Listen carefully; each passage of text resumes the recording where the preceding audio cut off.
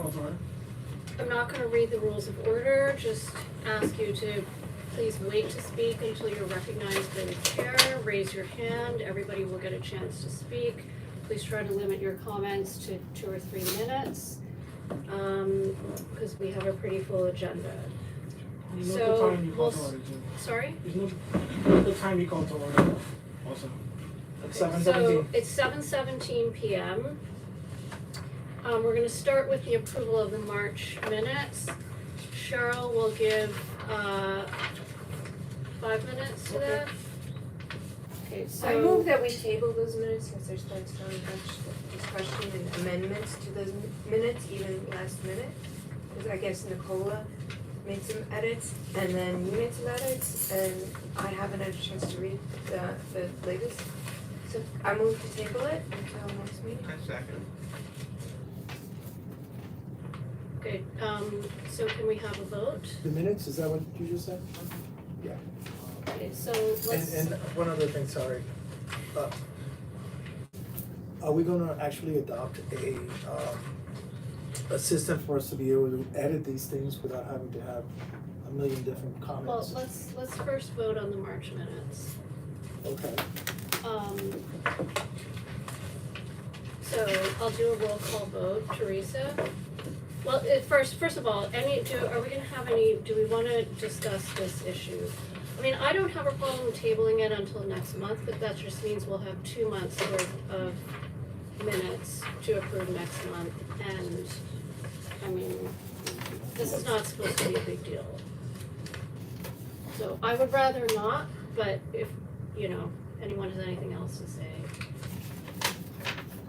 It might be helpful just to align on the process for minutes going forward. Like you're sending them out with like 36 hours in advance for the last one, let's say, or maybe 48. Maybe you send out the meeting minutes like, say, 4 days before the meeting. People have up until 1 day before the meeting to submit any comments, and that gives us all 24 hours to review. I think that might be a simpler process so- going forward. What's it All on? board members have had this Yes. since the end of March. So you've all had like almost 2 weeks to make comments or changes. Let's not argue about it, let's just table it and have a little bit. I think there's been a running issue with minutes being months. There's been multi-month long gaps in minutes all over CB9 on various committees. It's a problem that's only getting worse. I think if someone has, an issue, Not on perhaps this point out, You're not on the Not at this committee. committee. perhaps point out. Yeah, well, now this committee hasn't had that problem. Well, we're about to. No, we're not. No, we're not. No, we're not. No, we're not. If we table it, how many minutes will have been uploaded? Can we wait until each From person when? is January, finished? February? Alright, That's one not person, working. please, one person at a time. I'm just saying, if we say that there needs to be changes, Okay, we could probably point out what part of the minutes needs a change, so we at least know where we're gonna make the change for later. And I'm saying changes to the minutes is pretty broad. Someone could point out, hey, this sentence should be changed or expanded or et cetera. Just point out We what's the have change. 4 different documents with We have- edits to the meeting. Yep. Yeah, Yeah, 4 we have- different document We changes have 4 different in the documents with last who's day. next? Raise So your you hand, don't know really please. what's happening. Yeah, so we have too many documents to look at. I think that what's your name, I'm sorry? Max. Max is right. We have to have a process on how we review these things. We have 1,000,001 comments all over the place. And so until we have a streamlined process where we can go to one place and add comments and everybody can see everybody's comment, Yeah. this is gonna continue happening, right? We're gonna come here, we're gonna say, well, this is this, that's that, I think this, I think that. Instead of looking at one document and seeing everybody's comment. And if you wanna piggyback on his comment, you can do that in one document. We have to get that done. Okay, I I'm agree gonna with you. move to amend Teresa's motion that we table this month's minutes for next month, provided that for next month, any proposed changes need to be submitted a week ahead of the meeting. And how about if we have the minutes submitted within a week of the minute? The minutes have been submitted to all board members since before the last board meeting, which was, March 28th? So you've all had the minutes for weeks. I don't think As a so. community You've all member, I had did it. I You've all didn't. had the minutes for weeks, and if you want to, you know, I didn't Mia didn't send out the minutes with the agenda until Friday, but, you know, if you feel that this is such a burning issue, you shouldn't need a reminder to review the minutes. You've all known for months that it's your job to review the minutes. Alright, then the committee members should get them too, not just the they. Okay, so they need to be submitted a week ahead of time, and we will ask Mia at this meeting, or we'll ask the office at this meeting to send out minutes to all committee members, not just board members, immediately after the board meeting. How about within a week after the meeting, the minutes are done? That's fine. How about, Can we- Okay. how about if we, maybe circulating a collaborative document to the committee when you're doing the minutes could help out so people can. That's or what change Hector issues already what I said, just that's said. what Hector just Yeah. said. Yeah. So, thanks. And then going forward, can we all have our edits in by 1 or 2 days before, whatever we think is reasonable? So we all have time to look at everyone's edits? Is that Yeah, I think that's right? reasonable. That's reasonable, right? Okay. Yeah, cause If you we can get see it, everybody's I as a comments, so you can resident do it. member Yeah, didn't so get let's- it until the So weekend. let me just clarify, we're asking the office to send out the minutes to all committee members within a week of the previous board meeting. Within a week of this, not the board meeting, this meeting. This week. Okay, so Within I'm the not sure committee if, meeting, a so- week after the committee meeting. is that gonna be enough time when people have such extensive changes to make?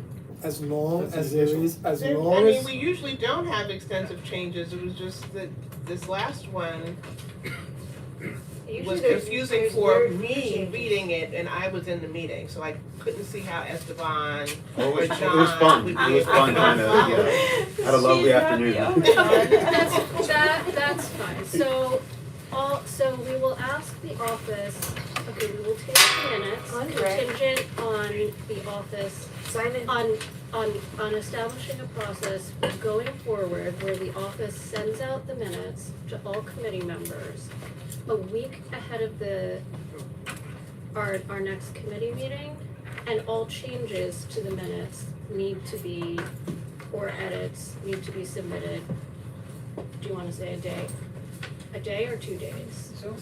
2 days. A week before the meeting, a week before the committee You're meeting. talking about two different things, the edits that we would make. Right. Now, are we going to have the document in an editable format?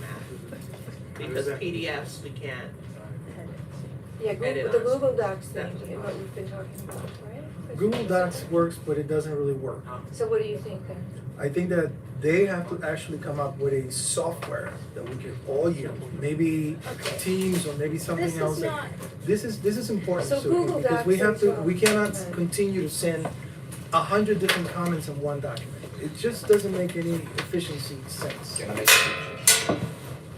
Why right, don't you establish a shared folder, right, with someone having the rights to make all the edits and everybody can see them at one time? We need the application. I don't think these folks have an so application to do Google that. Docs can do that, and everybody can, Until we get it. but mean- but I think it needs to be a process where everybody can submit their suggestions, but ultimately the secretary, which is me at the moment, is gonna create the minutes, and we approve them or we don't approve them, right? Listen, if the Google Doc works for everybody, where everybody can actually log in their comments in one document, then we will have to use that for now. But we have to figure out what is the most efficient way of doing, using an application that is better than Google Docs. Because Google Docs sometimes gets stuck, you know, a lot of people get stuck in that stuff. Okay, sounds good. Alright, So so it's gonna we'll talk be to me about establishing Google Docs. Minutes submitted within a week after the committee No. meeting. Within a Committee week, meeting. no. Minutes submitted a week ahead of the meeting where we have to approve it. And Oh, all edits and changes 2 days ahead of the meeting, right? is it not possible And to we're gonna- submit the minutes like a week after this meeting? No, that's not the way we do it. The minutes get submitted like 2 or 3 days ahead of the general board meeting. I usually try to get them in ahead of executive, but the requirement from the office is that they go in like 2 or 3 days ahead of the. I think they need to be earlier than that, because the agenda needs to be at least a week before the meeting that's That's a big part of it. It's See, for they it. should No, be the done for the agenda is, executive, the right, agenda, the the week requirement before. for the agenda is 3 days before The our, board requires it from me a week before my meetings. they start asking a week ahead, but the legal I think requirement is that 3 might be days in what's ahead. in the bylaws. The legal requirement is 3 days Okay, ahead. we are 3 spending business your days. time now. Yeah. So, in any case, look, so we're agreed on a process where it's gonna be, the minutes are gonna go out a week ahead of our meeting, and all Wait, changes a need week to ahead, be be clear, a week ahead of our meeting is what meeting? of our committee Land use meeting. committee meeting. Of our committee meeting, and all changes are gonna be submitted 2 days ahead. Shouldn't they be before the executive committee? Before the executive committee, I guess? No, this has nothing to do with the executive committee process. As I told you before, all board members get this ahead of the general board meeting. We're talking about our committee process now, so we're asking that all committee members, including resident committee members who are not board members, get the minutes a week ahead of our committee meeting. And all changes should be submitted 2 days ahead of the committee meeting. And we're going to use, for now, we're agreed to use Google Docs to work on that. Does that work for everyone? Yes? Okay. No. Is everyone in favor? Who is not in favor? Okay. Is everyone else in favor? Yeah. Okay, so the motion passes. Okay, so next. Are you supposed to do, roll call? Okay, yes, so. Alright, so attendance,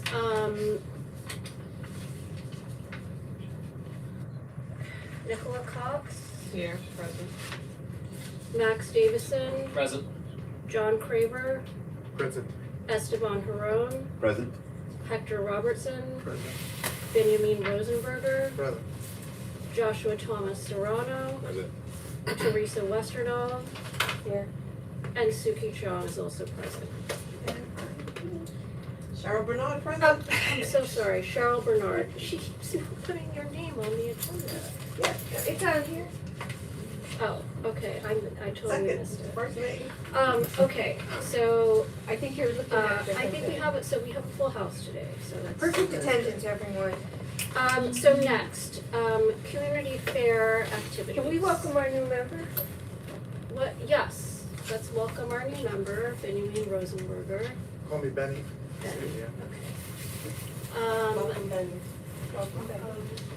So, next, community fair activities. How much time, please? Let's give this, what time is it now?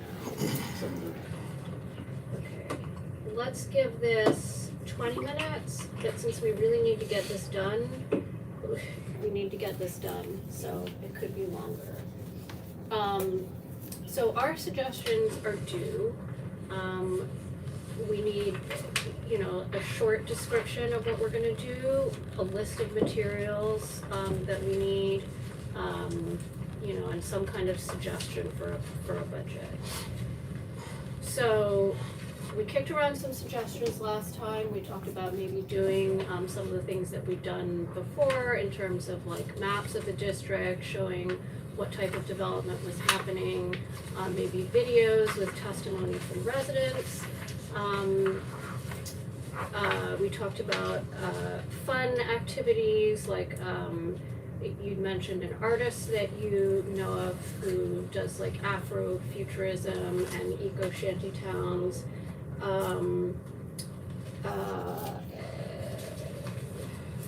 don't know if there were any other suggestions. We all agreed to come with more suggestions.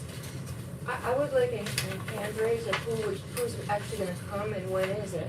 Okay, so I do not have date. I know it's on a Saturday. I thought it was switched to Sunday this year. I mean, I heard, I'm trying to remember, somebody brought it up, that was somebody else. Let me just ask. The email that went out like 2 days ago said it was either Saturday or Sunday. Right. Literally, like it literally says it Right. might be this or the Yeah. other. You know what, let me just Yeah, June ask 7th or the June 8th. office. Yeah, I Oh, really? Where did you see that? I didn't see. it was something, one second, Yeah, CB9 yesterday at 6 p.m. Oh, really? I didn't see it. I heard it from a, Wait, June 7th or And 8th? location I'm on TBD. the NAB. And I wanted to be a location in East Flatbush. They have a date, Saturday. So it's gonna be June 7th or 8th. We haven't picked a date yet. They haven't. So, you know, we put in this suggestion in the minutes, that it should not be on a Saturday. And we're hoping for a more central location than, that place we did it last time, which was near the We've hotel. done it there 3 years in a row. What number? Yeah. By the- Yeah, by the. So, It's easier for me to- Definitely went that way. Where is it, Tara? We had this is 3 one of years the at reasons Robert why it's good to Dare have the Park. minutes It's a approved on very time. edge. So that our suggestions go out to the full board, but be that as it may. Okay, so did anybody have any other, like brainwaves about the community fair?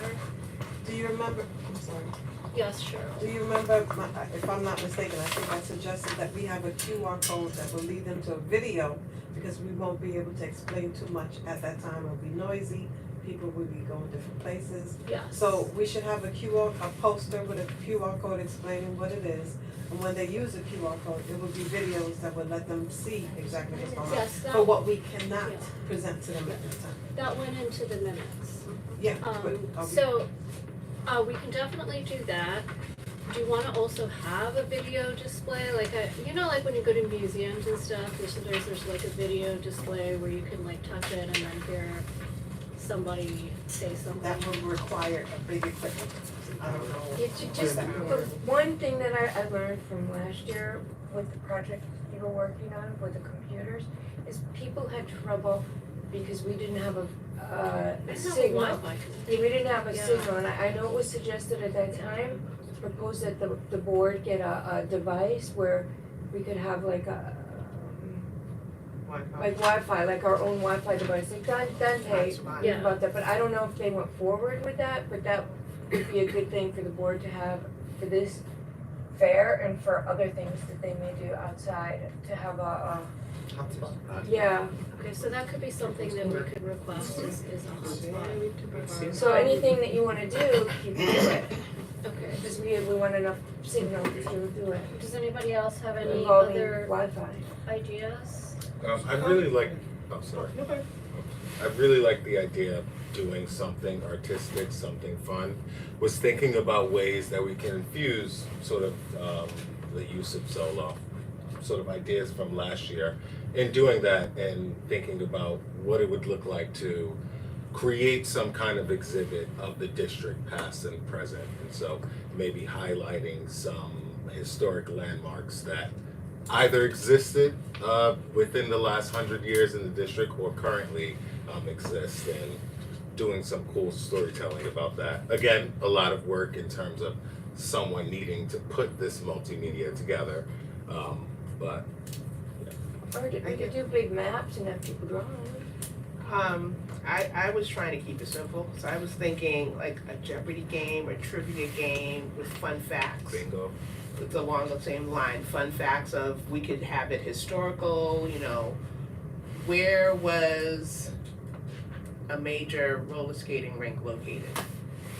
Or did we ever have bowling? I'm like, you know, something, we have a lot of recreational things that have come and gone. We could use it to educate around land, what, you know, what's included in the R6 zone or whatever we come up with, and then have little prizes to give away. Trivia People too. love to be, people love to compete a little. We have to have That's a great prizes for that idea. too, right? We have to get prizes for that as well. We got the Yeah, pens, we got the yeah. water bottles. Yeah. We can get some swag, but I was just thinking of, that is something that you don't have to be artistic to put together. It's just basically coming up with some questions. And we're talking about like soon. 'cause- Huh? Somebody Like, still has to about make soon. those little like, June 7th is- Exactly, there's not a lot of time don't to we need prepare. like don't we need like a spin wheel or something for Jeopardy? I mean. Well, I mean, it depends on how, you know, if we wanted to do that, if we just wanted to raise your hand or button to press or something. I mean, we could come up with low I think tech. these are all really good ideas, as long as somebody's willing to, You know, I, like, my experience, okay, so Tara was telling us, my experience with these things is simple ideas still involve like a fair amount of work, because you're talking about putting together something big and visible that's not gonna fall down in the wind. Remember, we had that problem, Tara? So, like, Does it have to be big and visible? yeah, because people are just walking around in the park, and there's like 20 or 30 different stands, and you want them to come over to your stand, and you want them to see from like 5 or 10 feet away what this is, right? So like, I think the Jeopardy is a great idea, but I think you need like a huge wheel, that colored wheel that says like Jeopardy, and then they come over, and then you can like hand out your little cards and be like, Wheel of right? Fortune's the wheel. oh, okay. I mean, okay, you guys can tell me what If we get what one of the those Jeopardy- trifold, I'm just thinking Yeah. of my niece's science fairs, and they have the big trifold things, and you Yeah. can get Or some like you kids could to do it, decorate Pin it, the or. tail and the donkey, and then you have to tell. So all of these are great ideas, but just keep in mind that somebody needs to make these poster boards, and at the end of the day, it's not, right, like, it's work. Even I if think you're not maybe, a super. to your point, maybe we figure out an idea, do some thinking in terms of roles and responsibilities it would take to pull that off, and maybe people can, you know, Let's put in a budget for like big signboards and printing. We could have it printed somewhere, like whatever you guys want. Okay, so, Yeah, prizes and a big board and one of those stands that doesn't fall over in the wind. Can I ask a question? yes. What was done in the past, really just to run down, what have we done in the past? So, we I know really it's just like- put up like kind of a few poster boards with some kind of like big general facts, like what is ULURP, what is zoning, like how does zoning affect you, and then we had like some little pictures of different types of development in the district, like pasted onto a district map, and actually like I'd love to steal that one there, cause that looks really solid. Oh, that's. But, to Joshua's point, let's choose a project, and then we can all like figure out, you know, how we're gonna contribute, if we wanna contribute, you It's know, I nice think to have that, a tablecloth. I brought a plant that one year. Tablecloth. I brought that. so Dante usually has tablecloths that he gives out, they're just really cheap and they fly off. But we can bring our own next time. Yeah, you could. They're plastic, you know. Between the Jeopardy idea and the multimedia idea, I think they're both good ideas.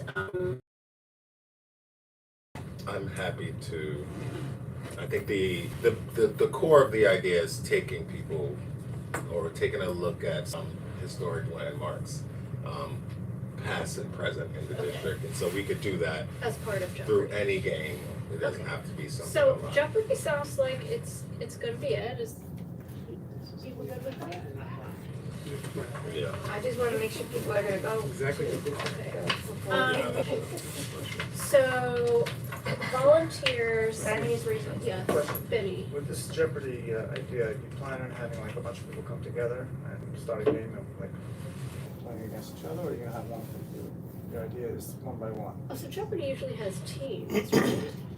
Because- How did- No, okay, you so- play, it's all right, one person I'm playing for honestly, like, themselves clueless. to win a lot of money. Game shows. Okay, I'm honestly clueless. Somebody tell me how I guess this the works. question. It's a, you have a categories, you have Okay. categories, and it might be cats, dogs, buildings. Okay. And then there is, there, like sort of the answer is Okay. basically given, and then the person has to be like, what is, this animal lives in the woods and takes scats, whatever, eats rats, and their scat has the skeleton in it. And the person would be like, oh, what is an owl? So they Okay, go through and they answer, all the questions are worth a certain dollar amount, and then whoever comes out at the end with the most money is the winner. But you can play it with teams, but you basically would have 3 rows And, you know, each team would have to take a turn to answer the question.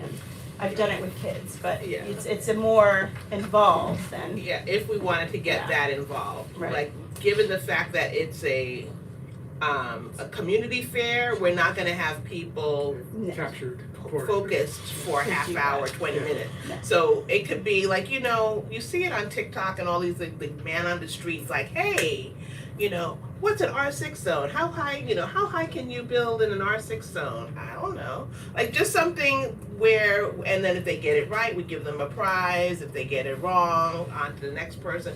We can think of a way to make it engaging, energetic. I think one thing is to get some of the questions and come up with ideas of what we would want to test them on. Okay, so here's my idea. How about CB9 trivia, right? And we have a big map. Maybe I'll see if I can steal that one. And on different parts of the map, we put like a little card. And when, at first it's turned over and it's blank, but when a person goes up and chooses it, they turn it over and they see the question. And maybe it's related to that part of the map. And then if they get the question right, then they get like a little like CB9 bucks or something like that they can go and redeem for something. We'll have to convince Dante to provide something. Does that? Yeah. I think that would be. I think we're all along the same way. Just keep it simple because we're not. Yeah. We gotta keep it moving. Keep it Yeah, simple and because fast. people are going to be moving. So unless People- they're going to be able to collect bucks at various booths, just give them a prize and keep it moving. Okay. Got it right? Here's a prize. So it sounds like we need money for prizes. Fake money. Yeah, yeah, real prizes. Real money. Big money for prizes. So somebody's gonna have to like print up the tickets or certificates.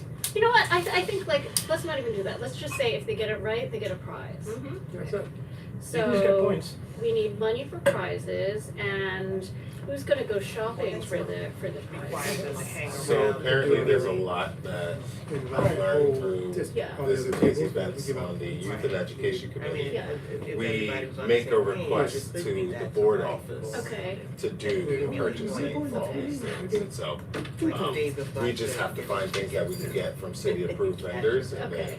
I think it has to be very, very specific. I think we need to like choose the. We don't have to pick a specific thing now, we could do like a general budget and We have get 6 stuff minutes later. left. Okay, but who's gonna volunteer to be in charge of like choosing, working with Dante to choose the prizes? Cause like there, I assume there'll be like little toys or something like that, but somebody's gotta pick out something that. I think those water like. bottles are really good and cans for stuff. The water bottles we have are great. I agree with that. They're Yeah. really awesome water bottles. But if That's Dante's a giving big them out ticket buy. anyway, it won't seem like that special. You sure you don't want something like, you know, something a little more fun? We nominate Tara to No, look at the prizes. I don't wanna do prize. Dante has them already. Just I'm have happy order to- more water That's bottles. a good point. If the water bottles are on the tables, just how lying have around, more you and can more. just grab them. Why would they be a prize? Yeah. Yeah, no, let's make it something like, a little special. we should come up with a budget that Okay. we would ask the board for to spend on that. And then, once we have the budget, we can. Okay, talk that A about makes it. board, a board. So a board. money for prizes, And a board, a printout like that, because Um, I doubt they're gonna let us take that, I wouldn't. They're not. I think it's stuck to the wall. It's gonna be hard to get that off. Yeah, they're not we taking could it. damage like a collector. You want it down, I'll take it down. Are there any, No, are there any like, I can get it. are there any If you need it, I restaurants that can are get it. city approved vendors? Just rebuild the wall What if after. it's raining? That's What all. if it's raining? Cause like Yeah, like Balboa. a take That's a $20 grand, that's a profit. grand or prize. something. Or, Yeah, yeah, a exactly. gift card to a restaurant, I That's think a would be grand like, prize. yeah, I want one we can. I'd play for draw. that. Okay. Okay, so that's a good idea. So the map boards. So one thing I definitely ran into the last time with printing up these district maps, I have a digital version of a map that you guys can use, but to print a really large one is not every place can do that, so you have to find the right printing shop. So who wants to be in charge of printing? Why are we doing a map for it? I'm confused. Well, because okay, so first of all, it's land use, so I think there has to be like some suggestion or connection with land use. So I was thinking like just stick like little cards with the questions on the back of them to the map. Somebody can go up, pick a card, turn it over, see the question. If they answer the question correctly, they get a prize, right? And if we use up all the ones that are stuck up there, we put up more. Yeah, those, the companies that put up those big signs all over Empire, those plastic ones with the little things, they just connect. They must be able to do this pretty quickly because they are snapping them out. Well, who wants to be in charge of printing, of finding a printer and getting it printed? I know a printer, I can get someone. You will? Yep. Okay. That has to be a city approved vendor. It does? Getting any of these things is gonna require working with Dante and figuring out who's on that list and then working through We're there. in my embezzlement plans, thanks, John. I'm just saying. Okay, well, you all know, I don't know have if Dante's it's, So email. there's they a like proposed list DJ already and all this other stuff. of that the they printers we present. can use, and we can Okay, With- so we might have a list. when, If we're spending money. okay, so, and who wants to be, who wants to work on questions? I can work on questions. Esteban, okay, I'll join you on How many questions do you want? that. Because that's an And what age group is the questions for? Good point. I think it has to be a general audience with no idea who's gonna Could be both. show. I think it could be both children and adults. Yeah, So it has you, to have different colored cards. yeah, you could have an easy question and a hard Red question. for kids, blue for adults. That would be a good project What to was start. Empire Boulevard? a shared Okay, so Google Doc. let's say like, Melbourne. let's aim for 50, but it could be 25 to 50. Plus. 2 minutes left. Which one's gonna go? Okay, we really have to finish, okay. What else? And then, somebody has to actually like make those little cards and get pins and such, like, I guess we'll be in charge of printing the cards? Yeah. That works. Okay. Perfect. You're gonna need a. Happy to jump in on any of these tasks. We need volunteers where at the needed. stand because it's like 2 hours and I don't think anybody should really have to do more than an hour. Actually, no, it's more than 2 hours, I right? was It's about like, to ask, it's how really long is long. it? it's like 4 hours. It's pretty fun It's though, like it 4 just, I think it's fun. Yeah, so if, can we get I don't know. people who are willing to volunteer for an hour or so? Yeah. Once we have a date. Yeah, that's Yeah. good. And the location. I'll do it. That, Thank with you. Okay, If it's on Saturday. that's it, we're done. If Betty can't come on Saturday. We so both let's do it can't come on Sunday. Saturday, Yeah. so. that's all. Cheryl can't come either. Sunday would be better for the community. Okay, More so we inclusive. will strongly request Sunday. It's just like 1 o'clock or something. Right. Well, you know, After thinking about people that go to Morning church, church hours. but I Okay. think 1. It was pretty long, it was like Let's talk about the Vital 10-4 or Brooklyn Actually, FEIS, people because can this just is come out. important. I It don't know. came in, How at long the end of of a time? March. I think that we should give at least 15 or 20 minutes to this. How much? Give 20 minutes to this.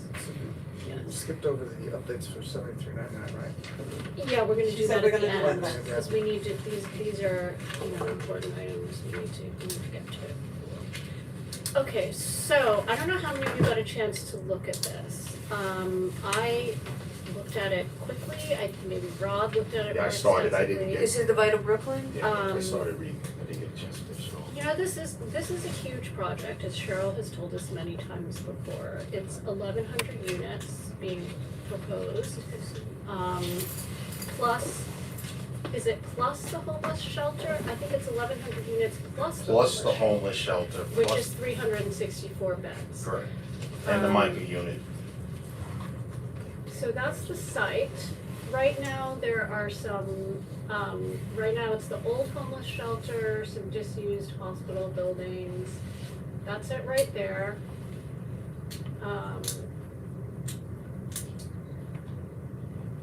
There's the parking lot, which the employee parking lot, which is being retained.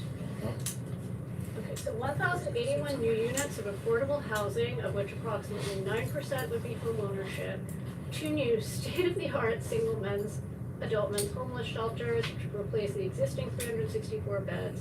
8,092 square feet of commercial space, a grocery store, 63,000 square feet of community facility space, including an SEIU facility, that's the Healthcare Workers Union, an emergency food provider, a ballet studio, steel pan drum equipment storage, and resident social service space, 46 parking spaces, 2.16 acres of publicly accessible open space, all home ownership units would be Along with Broad affordable Street. from 40 to 80% of AMI. 100% of the 1,081 residential units would be income restricted. All units affordable to households earning from 40 to 80% of AMI. 337 set aside for senior citizens earning up to 50% of AMI. A total of 308 supportive housing units, including 90 for the chronically homeless, 167 for those with behavioral health concerns, i.e. serious mental illness, 51 for young adults and youth. And that's the breakdown. They left it like a show.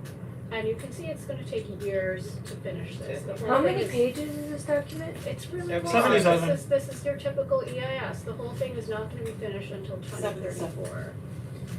And this is the layout of the buildings, as you can see. The homeless shelters are gonna be on this edge, next to the employee parking lot.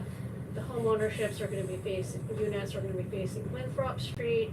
And then these two, I think, are like these 4 are general, affordable housing, units and the supportive housing units. Isn't there supposed to be like a ballet studio and a pool and Those things would be going a on the grocery ground. store? Yeah, so those things I imagine would be going on the ground floor of these buildings.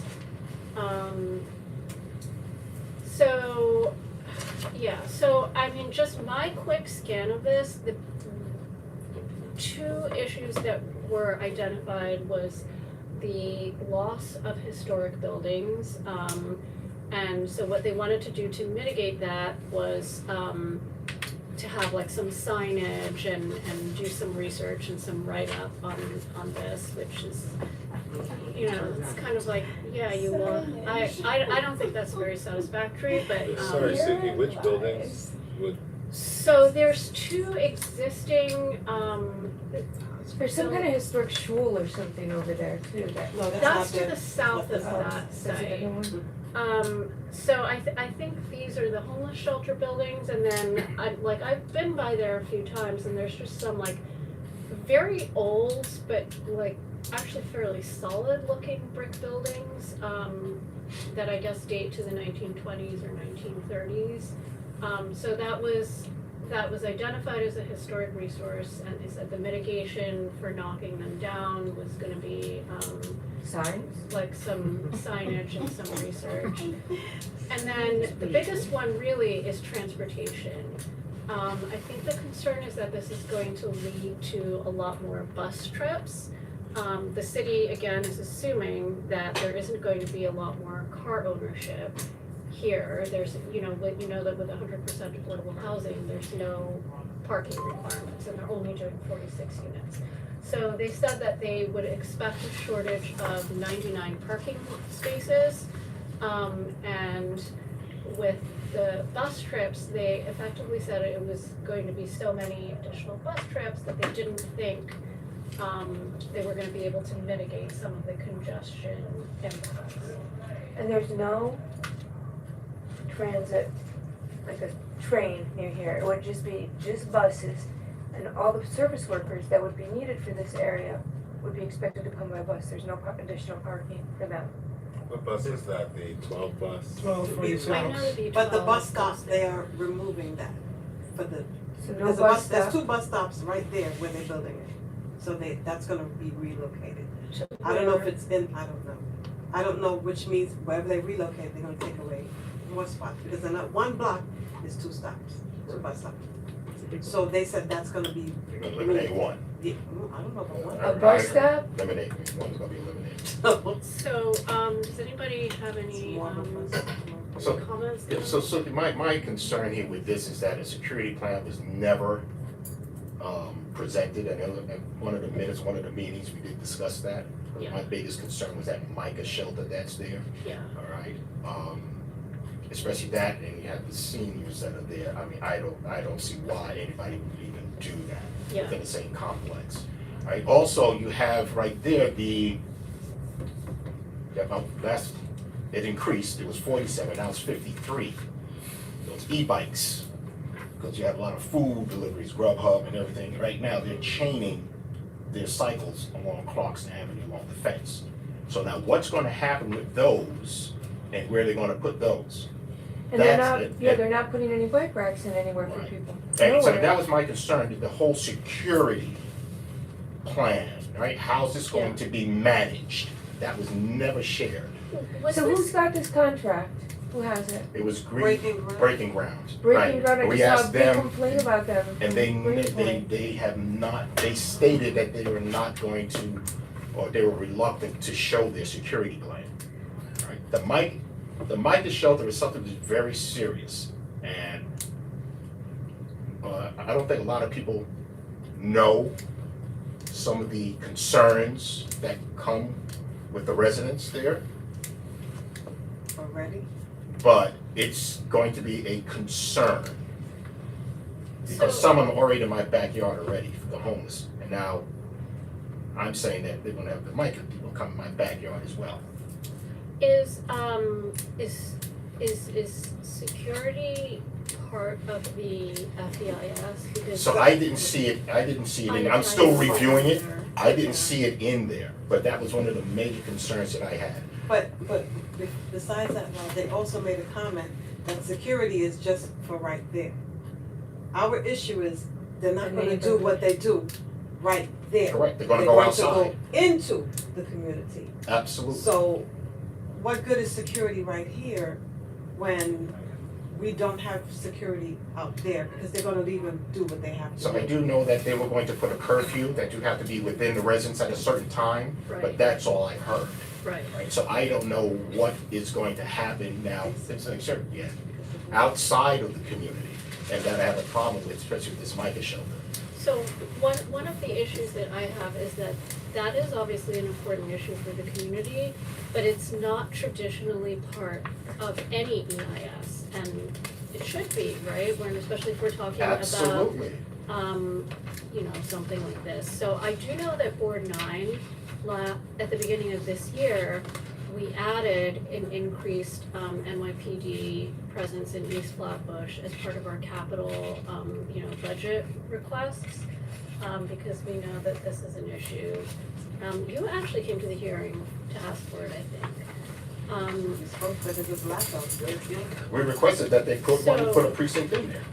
Yeah, Yes. That's so what we that, requested. This is projects. This So is what that it is. is- It's a project. So they need to put a PSA in. so that is, what we were able to do. The traditional EIS unfortunately doesn't address these, and maybe it should. And so like this, this is something that maybe, we're supposed to talk about the zoning framework. We should consider putting on the zoning framework that the, EISs are not addressing some of the things that we care about. And one other thing, Susie, what I see also with this project, this is just phase one.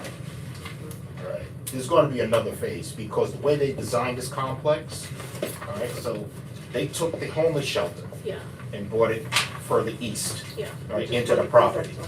So if you turn around and you wanna build phase two, and build another homeless shelter, another mica shelter, you have to have, first of all, they need to be watched, there has to be some sort of security, right? And the buildings have to communicate to one another, right? So that, if I were designing it, that's what I would do, take it, put it there, and then you have phase two, you can combine and the building communicate to one another. Right, that way you save on HVAC system, communication systems, and all of these, right? So this, like I said, I have a huge concern with me, what's done is done now, I mean, I'm gonna have to deal with it, but I'm totally against this. And I'm gonna just make it known, we are totally against this. Especially that could drive, Most of the community. yes, yes. And not only that, between that, the saturation of all the other projects that are going on, all right? You have that, you have ULURP Crescent, you have, then you have the Canva houses, which is right across the street from there, phase 1 and 2. It's Right? like 15 777, projects, right? 15 in one area? if that's gonna be built on Rutland Road. And, you know, there's nothing that's being done, as I get about the fair share, making sure that all of these services and homes and projects are spread throughout. 13. And no one is doing 13. no one is doing the analysis, and it's right here in this audit. So she mentioned something about this project being, did you say it was like public housing? Like the project? It's supportive housing. Supportive housing. Supportive It's a housing. part of it, but it's And, basically. but on the other side, there is, they're Well, the building, development is homes. on the other side. On the other side where Kings County Hospital is. No, not on Winthrop. Okay, yeah, there's gonna be Family private members, homes yeah. that are. So how does that get integrated with the rest of the site? Or does it? Well, that's the question. I think But it's those a will be mixed use privately center. owned homes, right? I don't have an answer to that question. I just know that they're privately owned homes. There's gonna be 9 of them, I believe. And those 2 lots that were on Winthrop? Yeah. Those will be like apartment buildings, but just with ownership potential Like how for the many units, units? right? It's 4 levels, it's 4 levels of private homes, but they're connected to one. So it would be, that's what they're considering a Like full row houses and Yeah. everything, Right. one. Yeah, Townhouse. but it's. With Yeah, it's like Yeah, like a townhouses, townhouse type town of- row Four townhouses together. apartments in each Yeah, unit? 4 floors for each, and then it's gonna be about, well, I asked them how many houses, they couldn't answer. They couldn't answer because they didn't know. So what's needed here, and I think I heard it at the beginning of this discussion here, is that we need a map to identify all of these projects that are be within this area here, because it's becoming too saturated. It's saturated already with all the services that are there. Because I could take a stone, literally, and I could throw it to all of the services that are around there. East 46th and Rutland, there's a transition home there. You go west over to Rutland Road in Albany, there's another transition home there. Then you have you go south on Albany Avenue, and the methadone clinic is still there, right? Then you have the Canva houses, then across the street from that, you have this. But there's But also how private come- houses, how come- there's and- private houses that are, Do you- Well, how that come- are But there has to be a map, halfway houses. because Well, how we come don't you Get know. a map, can you just list out all of what you know? Oh, absolutely. And then we can always transfer that onto a map, but just so that we have an understanding from Absolutely. Yeah, it's So how come they what haven't is, addressed as the of right, issue? what is in the pipeline for your area right Yes, because right next door to me is a church-based lot the guy's gonna build on there, because I Two know, church-based lots because I in the know area. that on Troy on Albany Avenue, 629 Albany Avenue, and the property goes all the way to Troy Avenue. And he just took out a permit for a driveway, I didn't even cut put out. that one on my list, but Yeah. you're right. right? So And that's a basically, 33,000 it's a square church. foot lot. So they can do different things now, City of Yes, right? Correct. And So it's a that's, narrow lot. so that's why all of this has to be put on a map, so that we understand, because what I see here and what I see here in the audit here, the beds to ratio population, it's definitely gonna exceed that. So who is addressing the issue of the homeless shelter? Is that a men's homeless shelter? It's right there right now. Is there now? It's 2 men's shelter here. And that, how does that connect to the residential areas? Or does it at all? Well, they connect by the men coming into us, but it's 2 men's shelters, right? Mhm. They have to be, whatever they do with that land, they must rebuild the men's shelter. Which is what I'm saying, of course, rebuild the men's shelter, I'm not against that. They're already there, we're already dealing with what we're dealing with. But keep the men's shelter in the front. You're putting the men's shelter into the private homes area. And they're coming in my backyard right now. Right. And they do it when they're in the front, but now you're putting it in the area. If Suki would bring up the map real quick that has the Yeah, buildings. I would like That to. you're putting them inside the area where there's all private homes. If you could just see here.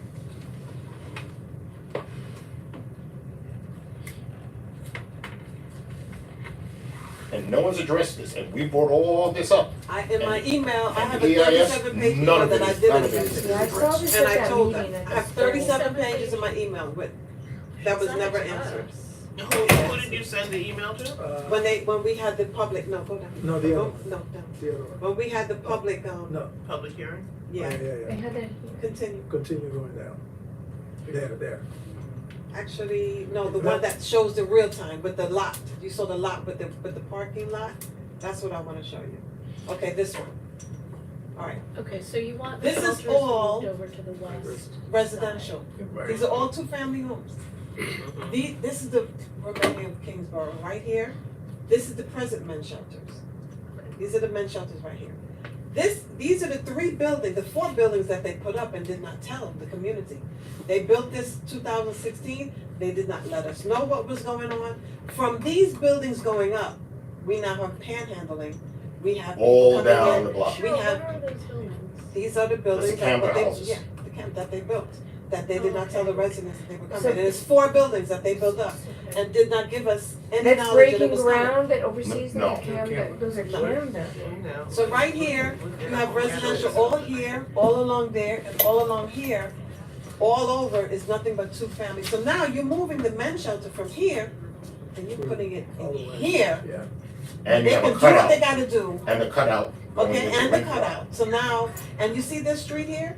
If you put on, I forgot what address, but if you put on Winthrop Street, there's an address, like if you put 703 or 701 or 699 and go down, you will see, even on Google, you can see a car coming out that was parking and another car about to hit it. This street is too narrow.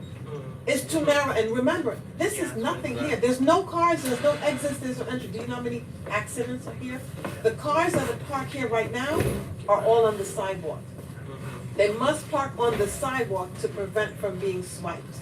So people, when they come out their driveway, they're coming out like this, just to come out their driveway, they have to be cautious. So now you're putting homes here, a cutout, more homes, which is gonna be even more Can you go back accidents. to that? Okay, so Rod, do you know if this issue, traffic issue that she was talking about was addressed in the fight? That was not addressed. We brought that up too, Okay. because what happens is that when the people from Kingsbrook, right, when everybody's going home, and when they get to that light at the intersection of Winthrop and Albany, Oh my God. traffic is backed up All the time. all the time, right? And that was part of the traffic study that I requested at one of the meetings, and it was never done. Now, there's gonna be a supermarket that's there. Supermarkets get deliveries. I'm a former tractor trailer driver, and I'm gonna tell you, you cannot make a turn, all right, onto Winthrop Street Cannot do it, with a 53-foot trailer. cannot do it. Yeah, there's regulations. What stage is this project in now, Rob? Right now, everything, Yeah. the ES is done right now, physically, the land has been cleared, or is in the process of being cleared. All right, They haven't but, broken ground yet. you know, No, but what it is that Doesn't- they never came to us, because, like I said, I used to play in this place. So I'm very familiar with the whole It doesn't area. it doesn't look like the FICE addressed the traffic impact from the supermarket That's right. either. They never did, right, when we had the gentleman, Angel, when Angel, Angel came, Angel. I have an email from Angel that he said before the final EIS is done, every person that sent in their response to the public hearing would be answered. They never answered anyone, and they never answered me. So- And I kept emailing. and the biggest thing, just simple, what are they gonna do with all the e-bikes? Never got an answer on that. All right, and these e-bikes with these batteries that are faulty, where are they gonna charge them? We have Okay, 1 minute so- left. So, The FICE needs to address security, e-bikes, e-bikes, what about deliveries, traffic specifically Panhandling. on Winthrop Street? panhandling. And this is your states, these are state senators, state senator and your assemblyman, which would be Ryan Cunningham. Yeah. And what is their office? What about What are their Zellner? offices Zellner, you saying? getting Never Mike, answered me. he never answered. Neither one of them. Myron He Zellner never never answered. And answered. what was interesting, can I have this here? So, this gentleman, right, asked him questions, don't get a response. I think what the response was, oh, you're just gonna say what, this is, neighbor's going to change, and this is gonna be Well, some when I issues. saw him at Downstate, I went to him and I said, can I have a picture? and he took a picture with me. And then I said to him, I would like to talk to you, I've been trying to meet you to discuss this Vital Brooklyn project, this whole face change. I said, I'm against this, and he said, why? And don't tell me that it's gonna change. That's what he said. I said, I have a whole list. Some time. I said, I have a whole list. So. But he was at a let's talk church about it. meeting on Eastern Parkway, all happy Talking and about smiling. Myron talking about, Zelda, but put his name as far as on my the table. concerns, they were not even How are we doing listed. on time? No, I it's- wanna- it's- If I could just jump Yeah, in with the it's- comment we before are- the time It's, was it's, out. it's Because 20 seconds. I wanna get to, maybe doing a resolution that would address some of these issues. Absolutely.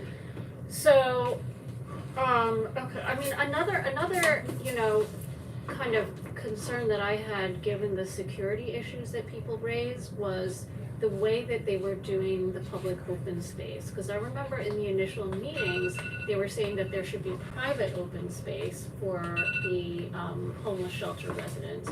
But then it turned out in the final plan that their only private open space for them was rooftop space.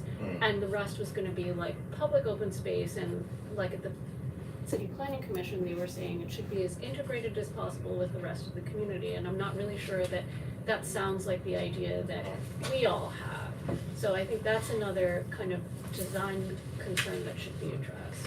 Well, they're trying to make that an amenity to the community. Yeah, to make it encourage a the positive. community to make thing. it better for But if everyone, it's but no not pool. gonna But what's the be- security plan Yeah. if they're gonna go in there, and Right. you have the Micah shelter next? Yeah. Because I know corrections officers that have gone to the Micah shelter on, was it Randall's Island? Mm-hmm. And it's a hellhole. Have you had any discussions with the 71st precinct about your concerns with? Oh, yeah. I've spoken to them, and no one knew that it was coming. Mm-hmm. They still don't know that it's coming.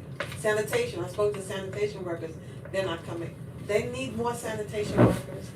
The cutout that they put for the drains, they get stuffed up, it's garbage thrown in them, we deal with dumping all the time. It's unreal. It's like, you get abused so much, you just kinda get used to it, but now you're adding more abuse and you haven't addressed the ones that have been going on. I told y'all before about the time that I was on the street speaking with my neighbors, and a guy walked by smoking his crack, and he got to the corner and he drank the sewer water that was going down the Yeah. drain.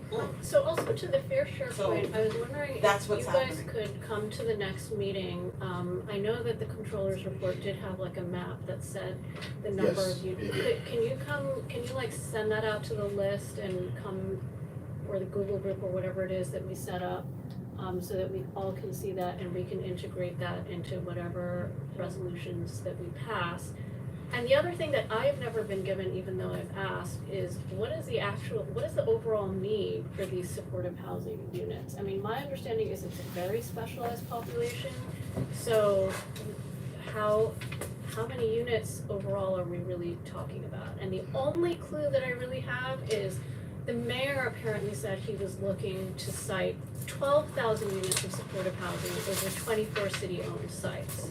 That is the only like definite thing I've heard from the city, but other than that, everybody just says, we need a ton, but they don't say how many. So with this audit, the mayor's office went back and challenged some of the recommendations. And the auditors stayed to their guns and said, no, you have to follow this. This is part of the Article 9, Article 4, Article 5, and they're not following. So It says it right that's here. the disclosure recommendation, Mhm. but at the end of the day, how many units is the city trying to cite? Or is it just, we'll try to get as much as we can anywhere we can? Well, that's where the bed to ratio issue comes in. Well, that's not per being followed. community, but overall, right, like, if fair share means like, no district should have more than whatever an equal number, right? What is the overall number? And Suki, one of the Well, other that things- number is, there is an index that was generated back in 2015, I want to say. I mean, I guess what I'm saying is, does the city have a need overall for 50,000 beds, 20,000 beds, 10,000 beds? Because if it's 10,000 beds, then That's a no good district should have to do more than 200. Agreed, Right. agreed. And what it is that, again, the fair share, right? So that's not, like I could throw a stone, literally, to all of these locations, even just outside of the district, okay? Yeah. Because I've been here 59 years, and I've seen more and more people and more activity, right? But what's not happening, that if this here was followed, and Yeah. questions were answered, the concerns were looked into, wouldn't have this problem, because I've seen the design of the street. My biggest thing is that there's gonna be traffic issues, number one. There's nothing gonna be done about the panhandling that's going in, it's gonna increase. I said the trailer, where are they going, what's the logistics for deliveries? Okay. None of that is in this EIS. Okay. And I don't even know what. In addition to that- Silky, I've in gotta addition to jump in that here, also- I've gotta jump in. Let This has Josh been jump. a, Let Josh this jump, has he's been been a biting at the bit. Yeah. I wanna hear him. three-person conversation for the last 20 minutes. I actually wanna talk about something outside of the replacement of the homeless shelters that are there, which is that 40 to 80% AMI target. I sort of looked it up based on 2024 numbers. For a family of three, that's basically $56,000 to about $112,000. Okay. And for an individual, that's about $43,000 to $87,000 per year. I feel comfortable saying that's a range that we've talked about in this committee and in this room being something that is of interest for this community, that is at a level, or if they are to stick to that, could produce units that would be accessible to people in this community, theoretically. And I don't think that that's something to be overlooked in this large development as well. I think the 100% affordability or 100% income restricted is a factor that would set this kind of project apart from other development projects in the community. And so while I do hear what everyone's saying about overdevelopment, or there's a big concentration happening, there is something to be said about the right kinds of things that could actually be beneficial for people in this community at large versus things that may be more appealing to people who are not of this community or from this community. And I'll just say this about supportive housing. It is an evidence-based solution to chronic homelessness. It is. There are some people who they need a range of supports around them, but also otherwise need to be in or would have better outcomes if they were in a private residence otherwise. So this need is here.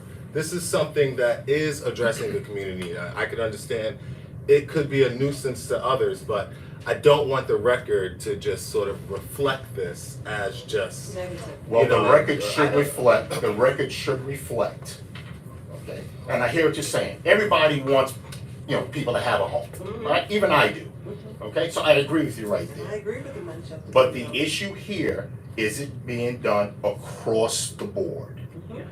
Done, Fairly. equally important? And the answer is no. Thank you. The answer is no. One area. Okay, Concentration. and if in East Flatbush, all right, I can rattle off 12 locations, all right, going towards Prospect Park. You can't. Oh, no, that's not true. We have a 65 bed, like a block from the park, homeless shelter that opened like 2 years ago. No, And I we've am. got several supportive housing dating back. No, many you years. do. Many But right now years. we have, the Crescent. We have this coming. We have 777. We have the Kingsbrook. If they ever, get the demo issue cleared up. All right. Then we have the one next door to me, which is going to go up. All right. It's too much. And- All I say is that spread the wealth. And That's this it. committee, Yeah, but it's I only would one like to have area. have an advocate, right, throughout the committee to make sure that this audit is followed. And just by, if anybody wants to read this, everybody knows I'm the audit king. I'll read an audit from here to there. The audit tell everything. The city screwed up. Yeah. Okay. And they did not listen to us. So what I wanted to finish with is Rod or Cheryl, can you work together to bring us some information from the audit, but also, like I said, what is the overall number? Because if the overall number that the city wants is 100,000 units, we're all screwed. There's nothing we can do. If it's 10,000 units, right, and we're at 900, of course, we're gonna go to the city and raise, whatever that why are we being asked to do 2,000 units? Or, you know, even 1,000 units, and there are districts that are doing literally nothing. And I'll I'm look sorry, into Suki, it. let me I'll just look Isn't say that this. fair share? Let me just say this real quick. Fair Josh, share isn't a hard, Yeah. it's, Yes, there's not a It's fair hard share. requirement. wait, I mean, I'm it's a sorry. nice to have, it's a goal, Yeah. right? But we know that they're not there yet. Is it possible, you know, if you're not getting answers from, the mayor, our borough president should have statistics as well. And he has his framework and he has his study. Okay. Have we looked at his office? He has his district meeting, I think, this week, Thursday? State of the district, or state of the borough, I guess. This Thursday. Yeah. Yeah. Boys and girls. So maybe we can, cause I understand your plight. It's a matter of, at this point, the plan is there. But we haven't seen any actions to mitigate the community's concerns and make sure that if you're, you know, it's overwhelming, it's overloading the community, and they haven't put the safeguards in place to make sure that Correct. it will not be detrimental to the community at large, as well as the people that they're bringing in. And just to speak what I've been just trying to mention, Josh, I understand what you mean, we need housing, we definitely do. But we also have to look at the comparison of what the same ESD is planning for Creedmoor, which is another mental city, state-owned facility. Over 58 acres, they're putting about 2,500. And We it's not need gonna to be do, supportive we housing. need to do, It's not gonna we be need to do the math on that. And this is only 7 acres, they're Wait, putting Creedmoor 1,100. is in- Look at the Queens. density, Queens. you have to look at the density, 7 acres, 1,100. By the north. 58 acres, 25. There's something wrong with that. And they Would have it be parties, useful to learn more, sorry not to cut you off. but you did, it's okay. Would it be useful to learn more about the services that are planned for Yeah, they had some residents? pretty big and- meetings you can probably watch online.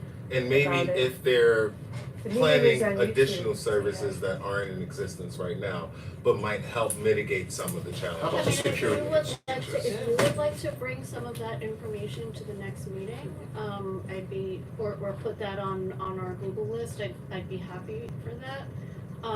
But I think right now we should probably move on to Yeah, the the board zoning. had a discussion about this, like a town hall meeting, maybe a year or so ago, and it's on YouTube where Oh, the yes. developer discussed So it.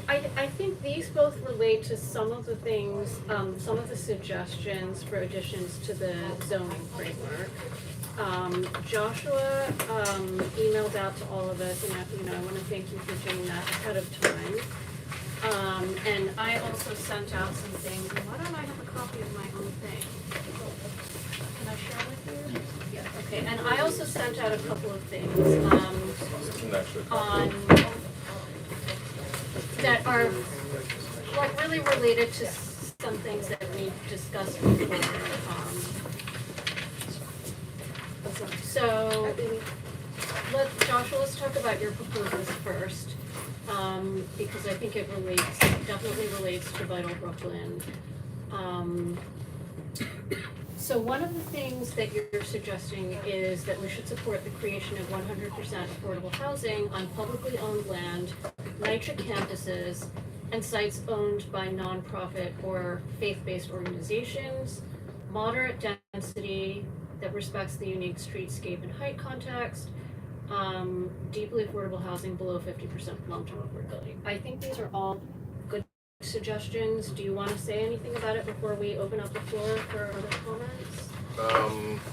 Yeah, no, I think that's the suggestion. There's and I'll just say in general for the 3 suggestions that I have. A, it's a starting place, so folks feel free to begin a discussion. I'm not here to say this has to go in there. But I thought what the zoning principles lacked was anything talking about the types of affordable housing that would be truly affordable community and desirable. And so I made some suggestions to that effect. One of them being what you just laid out in regards to supporting 100% affordable housing on those types of plots, but also a little bit more language in regards to AMIs that might make sense for us and how we want that development to happen, so. I understand the target of 100% affordability, saying that zoning should support the creation. And I'm questioning how the zoning will support either they can build it, I think it's more the location. If it's city-owned land, it's city-owned land. Yeah. So the zoning shouldn't really impact the fact that whether they can build 100% affordable, Okay, right? maybe we could word that differently then. Anybody else? How would you get commitments to affordability? I'm struggling with that. So my understanding of the principles is sort of laying out the vision, right? What we would like to see happen, and sort of a resource for folks to read and understand how we might assess a particular application that might come before us. And so the answer to your question is I don't know how we would get the guarantee for that. But I still think if it's something that we think is important, we should lay it out in our zoning principles. Like with the armory, we wanted 100%. Right. Max? And we City almost, plan. and we almost, Can we go back to Oh, the first? please go one? ahead. Yeah. No, please go ahead, you're started. I was just gonna jump on what Nicola was saying, because we had those talks, and it appears that they were going in that direction, but all of a sudden they changed direction, and it was not 100% affordable anymore. And so you have to be careful in that conversation, right? Because they can tell you something up front, and then they can go back on their words and do something different. It's happened a million times here.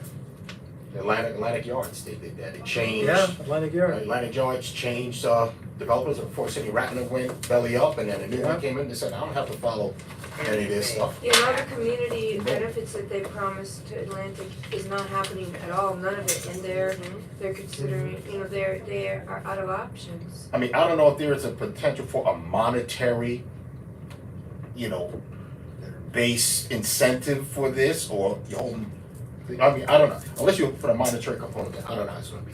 Yeah, the not-for-profit person that came to the town hall that the board held at Brian Cunningham's office gave a really excellent, I felt, presentation about how they could manage non-for-profit type of housing. I wish Esteban was there, because he's brought this up several times about how a non-for-profit with the right record can maintain for long-term that type of housing, but how to go about it so that there's so many units that are at different levels to pay for everything that needs to happen with a building that's a long-term affordable housing.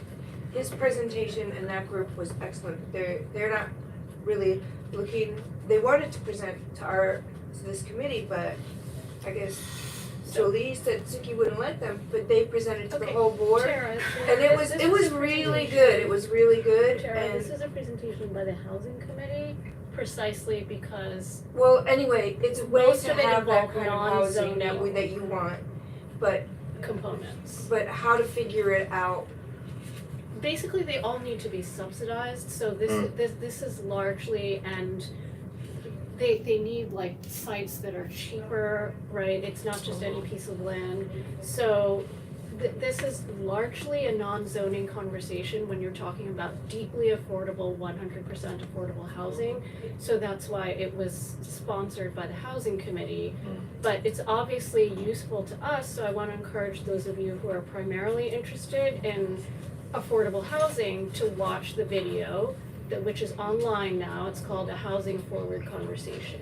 I would disagree that it's not a zoning conversation. It is zoning.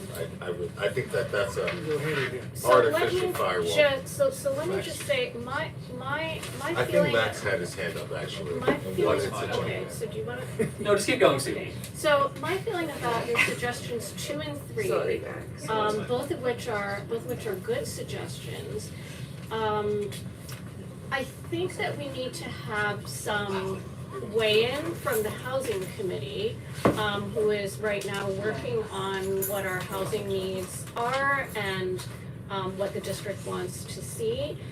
But in the meantime, what I would suggest that we do is explore the zoning tools that are available for affordable housing. You know, go over what's in the zoning code that addresses affordable housing, which is the mandatory inclusionary housing provisions, and they're complicated, they've changed a lot over time. Number two, and then there's like kind of legacy, then there's the City of Yes, which is essentially voluntary inclusionary housing provisions that now applies to 75% of our district. Number three, there are waiver provisions for senior affordable housing and supportive housing that are not like quite ULURP, they require city planning authorization. And then this issue of the anti-harassment policies and tenant protections. So my understanding is that in the past, the city has created special districts that have anti-harassment zones where they require certificates of no harassment. Esteban, do you know about these? Do you wanna? Let's Yeah. let Max, Yeah, talk about them a Max- little bit. Let's give Max a chance first. Yeah. He was here for a long time. So that was my suggestion, and also let's look at where the public land is. Let's look at where the faith-based land is. Let's look at where the NYCHA campuses is. Because one of the issues, you know, you should all like chime in and do this research, chime into our site. But my understanding right now is that the only significant public sites we have left are the hospital campus sites where we're already putting a lot of affordable housing. The NYCHA campuses are also towards that end of the district. Everything is in our district. Right, and then, as he said, there are at least two significant faith-based sites there. There are faith-based sites throughout the district, but some of the largest ones are also in that area. So concentration does become an issue, and we should be aware of that. That's all I. Yeah, I would just make a few things here. I think it's a really great start. It might be valuable to explicitly call out the deep affordability option for MIH, which is the 20% at 40% AMI. The first because- version that I put together of this had that, Okay. but I didn't know how folks felt about even referencing that MIH, Yeah. so I took it out, but. Because I think that developers often come with a preference for the, was it option one, which is 30%, 80% AMI, which is most lucrative for them. So I think saying that like MIH option 1 to 30%, 80% is That's actually option two. whatever the numbers are, is inappropriate, and we have a strong preference for this option, for option 3. And then I would just observe that luxury only development, like luxury is not a legal term, so it might be helpful to write like market rate only, because luxury is in the eye of the beholder. And then the last point I would make is I know we have discussions about like character and appropriateness for heights at different sites on the district, which I know we're supposed to talk about the 7399 Empire rezoning with Andre, if he's still here. Andre's Representative left. just He left just left. because we did didn't he? get Was to it on waiting. the agenda, but. Well, so, there we go. yeah. Good job. I would just, there's different discussions about height, so it might be helpful to think about like some sort of metric through which we can define what is an appropriate height might be helpful to think about. So we actually do have that on the original zoning framework where we, oh my gosh, I don't even know how to call it. I've seen the original zoning framework. There's some ambiguities So there, the which we original discussed in zoning the past. framework is, I mean, my memory is basically what it said is kind of defining what contextual means. Cause it varies from block to block, right? You can't just Yeah. give out one number. And I think we said like 9 stories was kind of pushing our limits in most parts of the district.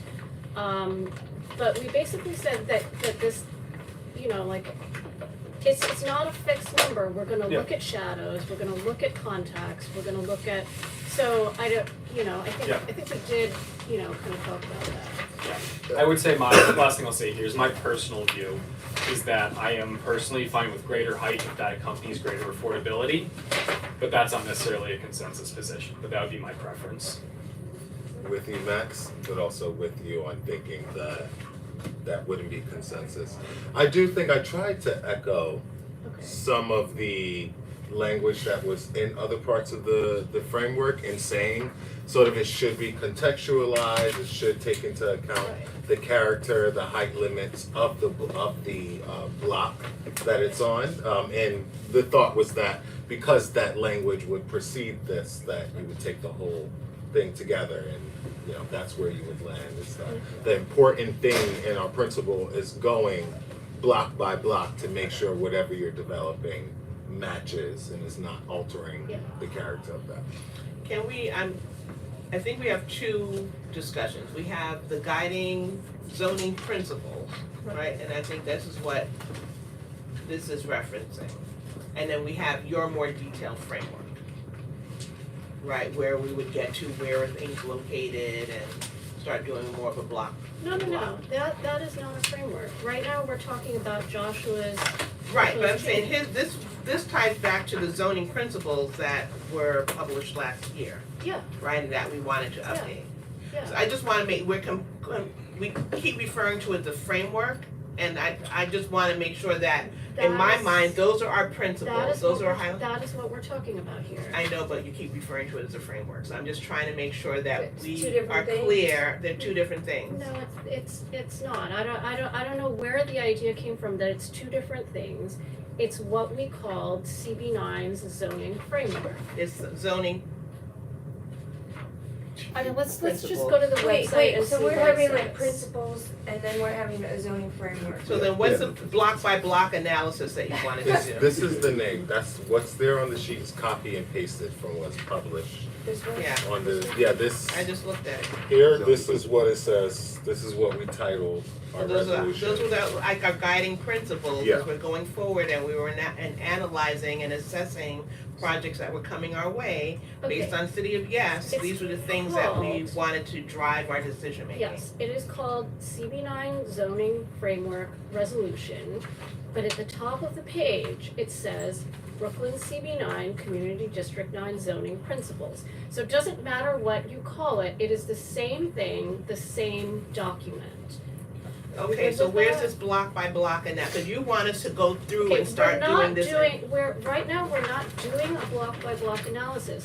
We did the research on how many units were permitted and how many units had been built as part of, trying to get a better handle on this fair share discussion and some of the, principles that why we're doing what we're doing, why we're saying what we're saying here, right?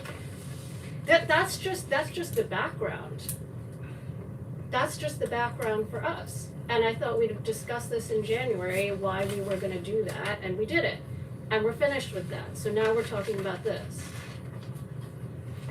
That's what, So to go back to what you were saying about things that have been done in terms of anti-tenant harassment mitigation, which, by the way, they will tell you that tenant harassment and tenant displacement doesn't happen, but that they create programs to prevent the thing that doesn't happen, which tells you that it's happening. So that's your giveaway there. There are ways to map parts of the district, for example, to have a lower threshold for income for legal services, for example. So if you're within this particular number of blocks, then you only have to have 200% federal poverty as opposed to 100%. That sort of thing. That's the kind of tools that the city could actually use, but none of it is absolutely, literally none of it is enforceable. And the thing that Community Board 8 did was to create a nonprofit that is run by CB9, and that nonprofit, CB8, sorry, CB8. I'm saying CB9. When a developer comes before the board, they negotiate directly with that nonprofit, and that nonprofit then includes in the what is that called, in the like a deed restriction, I think? Yeah, it's a successor clause. Yeah, essentially it makes it to where it's the only way to have an enforceable community benefits, but even then it hasn't worked for them. They've had all sorts of problems with it, And I will also add that I think our closest thing that we can look at right now to what what we might experience if we were to engage with Department of City Planning is the AIM-UP process, which is a complete like they promised that they would map MIH option 3.5, which was going to be like an improvement on option 3. They're doing option 1. They said that they were going to do a certain amount of legal funding for legal services. They're doing like less than the bare minimum. And there was one more thing on here that was, so they screwed them over on the light manufacturing, that they were gonna like maintain everything that they spent 10 years doing is now just like, we can't do that. We think there might be legal issues with doing affordability. It's ludicrous. And they engaged in good faith throughout this whole process. So I just want folks to have that in mind. The other thing that I think it's difficult to talk about what you would do on publicly owned land when the land is exponentially increasing in value because of the other developments that are happening in the area. So like the land that the Armory is on right now is worth my building is worth 6 times what it was 2 or 3 years ago, because we didn't mitigate those developments that were in the area. So that the price of that land, the amount of subsidy that you're going to need for that affordability, continues to increase with every single development that happens. That's just the way that the inflation of land in this area is really, really extreme. So it's just something that you can't really like quantify in a way to say like, what's where could we put such and such a thing. But there are a limited number of sites, and those sites are becoming unaffordable. Expensive, yeah. Mm-hmm. So I agree. Yeah, I think that's everything. So actually, to your point about manufacturing, the other thing that occurred to me is if we're talking about what we should prioritize public land for, what about non-housing uses, right? That was the whole point of the M-Crown plan, was so that there would be less displacement and that there would be jobs that would keep people in the neighborhood. So they were looking at beyond just housing, but including those things. They had great ideas. Like I said, spent 10 years doing this, and now they have about a month to try to negotiate back some of what was promised. CD8 did a conditional approval with all those provisions. The borough president backed CD8 on all of those. They were all rejected, so now CD8 is going back and they're going to disapprove the AIM-UP process after this whole thing, because they're not getting any of it, and a lot of it has to do with how much negotiation is happening and what the council member is or isn't able to do. And so that's where we are. I mean, I think even for Vital Brooklyn, obviously our state reps approved the use of a large amount of state land for affordable housing, but even they had their limits. They didn't want to shut down SUNY Downstate. They basically all said no to shutting down SUNY Downstate, and the implication from a lot of quarters was it was going to be shut down for development, and they all said no because the community has health needs. So, I think that I really feel like before we can, I don't disagree that it's very important to consider public land, but I think before we can say something like we prioritize public land for this, we need to hear from the other committees, whether it's parks or health or housing or whatever, what their priorities for the district are, so that we can then, say, okay, and here are the zoning tools, here's what's possible zoning wise, and how do we balance all of these things land use wise, right? So that's my inclination. I know you probably want to pass something now, but I think we should continue to engage in these discussions and push the other committees to tell us what their priorities are. And just gonna finish that to actually speak to the recommendations to your question. I think it would be good to actually echo the stuff that CDA has demanded in terms of tenant harassment stuff, just so that there's like a sort of cohesive approach for, it's not great, but it would be it would be significant for a significant number of tenants to have access to those things. And I think, if we could just the kind of tenant union has been super involved there, they're making those demands. I feel like if those demands are coming from other places too, then it just increases the possibility of that just becoming a thing that people talk about. So, so I would be in favor of, you know, even being more specific about it, like how much legal help, how much displacement prevention, all of that.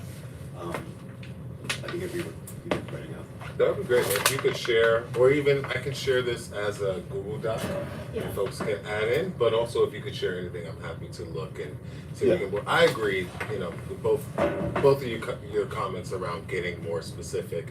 I'm sorry. I think we should. I think we should be looking on our Google group to share some of the zoning information about the zoning tools.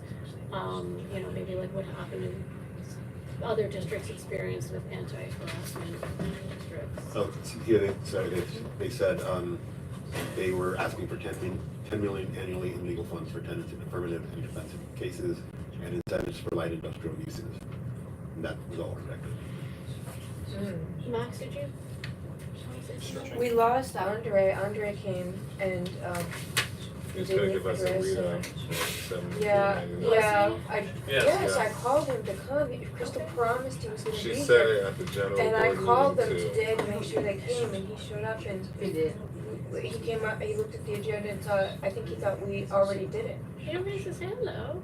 But we didn't get to what he came to discuss. Remember, Crystal had a meeting. I think we just have to have a better 73.99. practice of Yeah, because at sticking the to time end, and because at sticking the to end, agenda. because at the beginning, I said that we were going to talk about it at the But end. think he came he right came in right after he made after that that, came statement. after that. So I don't think he Okay. knew, he probably thought Saw that the it was agenda already and saw Okay. what done. we were, we should have, Okay. That's real It's bad. not- That's what I didn't know I who do have he a was. brief update on that. Introduce himself. Yeah, I'm that's also what on, we should've done. I serve on the board of Tenants Pact, and we He did interviewed, Oh, he did, he just came in. oh, I said said it. Andre's here, when he said it. But he should have identified who he is for the record and the meeting, who he was, and then that would have brought everybody to his presence. Oh, I thought you don't know who he is? Yeah, I see I him know every who board he is, meeting. but I didn't know if he was just here to be here or. Remember if he had- Crystal promised us that somebody was. Yeah, but he should have. Crystal, all I know is that Crystal said she wasn't coming. No, she said she was coming she said she was sending someone at the meeting. Yeah.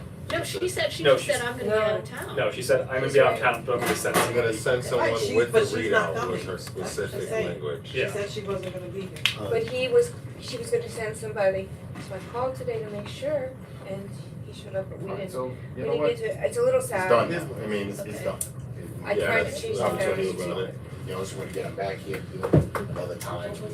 Okay, yeah, so, so Crystal as, had the meeting with Rita. so as part of, Tenants Pact board, So I, we didn't talk about that. could I That's what speak asked. thank you. Sorry.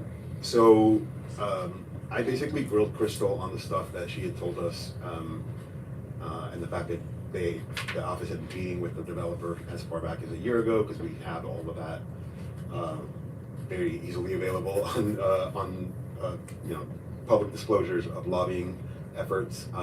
She doubled down on saying that she had not spoken to the developer, and done negotiations and then basically gaslit me in front of Lied. yeah, just lied. Thankfully, Michael Hollingsworth is also on the board there, and we were able to call her out on it. But And there was an article the same day in the paper. yeah, well, this was just like a week and a half ago. Oh. Yeah, like recent. So obviously she will not be getting that endorsement, and also, she was not happy to see me as the chair of that meeting either. But I think it's important, just from a political perspective, to keep in mind that that her goal right now is to be speaker, and that comes with a whole set of things that she has to do and ways that she has to perform in the context of the council that makes us less relevant. This happened during the Armory too. Larry Humboldt. Yeah, Who's going yeah. for majority leader? yeah. So this is something that we need to pay attention to, especially like not right now that it's an election year, but also in the fact that there's gonna be a new speaker and that she might be it. Because if that's the case, then aim up, whatever's happening up there is basically gonna be citywide policy. So, yeah, that's my Thank you. I did speak to her on the side of the community board meeting, the last one, where Okay. she told us that she'd be sending someone Yeah. to attend this meeting. What she did say is that she acknowledged she received the committee's letter demanding 40% AMI. Right. What she said was that she would probably be advocating for 50 because that more accurately matches the sort of need in the community, and so folks can take that, you know, how they will. But that was her response to the specific ask around 40% AMI. But otherwise, you know, and I mentioned to her too that from a different angles, the developers were in that December meeting saying, we're in conversation with the council member's office to achieve up to 50% of units income restricted. As I shared that with her as well, but she said the same thing, that she had, you know, no conversations with them at all. But yeah, I was looking forward to this readout because Yeah. And just to be clear, that I did send that out. If you want a copy of it, just give me your email. It's all the disclosures starting from, I think, summer of last year, maybe. It shows exactly who was spoken to from her office, her included, which lobbyists from which firms, all of that. I mean, it's publicly available information. I don't know why you would lie about it if it's publicly available, but here we go. So, I mean, she did also commit in that conversation to pushing hard on this project in particular, really pushing for it to adhere to her zoning framework. And so she thinks that's where the 50% income restricted from the developer was coming from, them referencing what was posted on their zoning framework. So I think, you know, I would hold what she has posted as her vision for a redevelopment project like this as at least, you know, the floor for what we, you know, could reasonably expect. And beyond that, it could get worse and worse, I guess.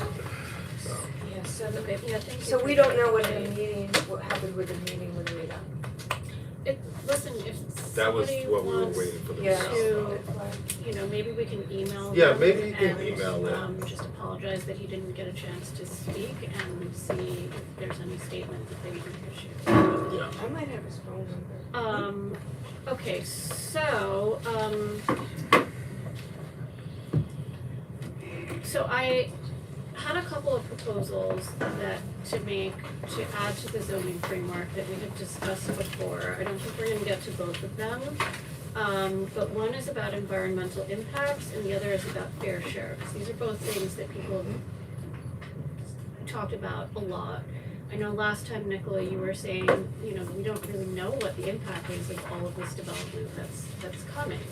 And part of the problem is we don't look, EAS isn't required to look at cumulative impacts when these rezonings happen or as of right developments happen one by one.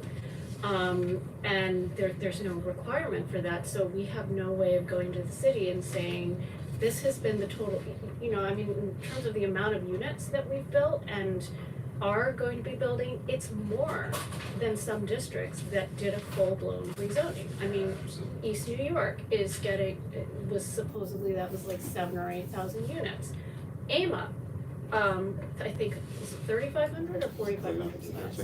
Right, so we've built 4,000 units and we're about to build another 4,500 at least, right? So we have undergone the equivalent of a full-blown rezoning, but there has been no, you know, EIS that looks at that whole thing.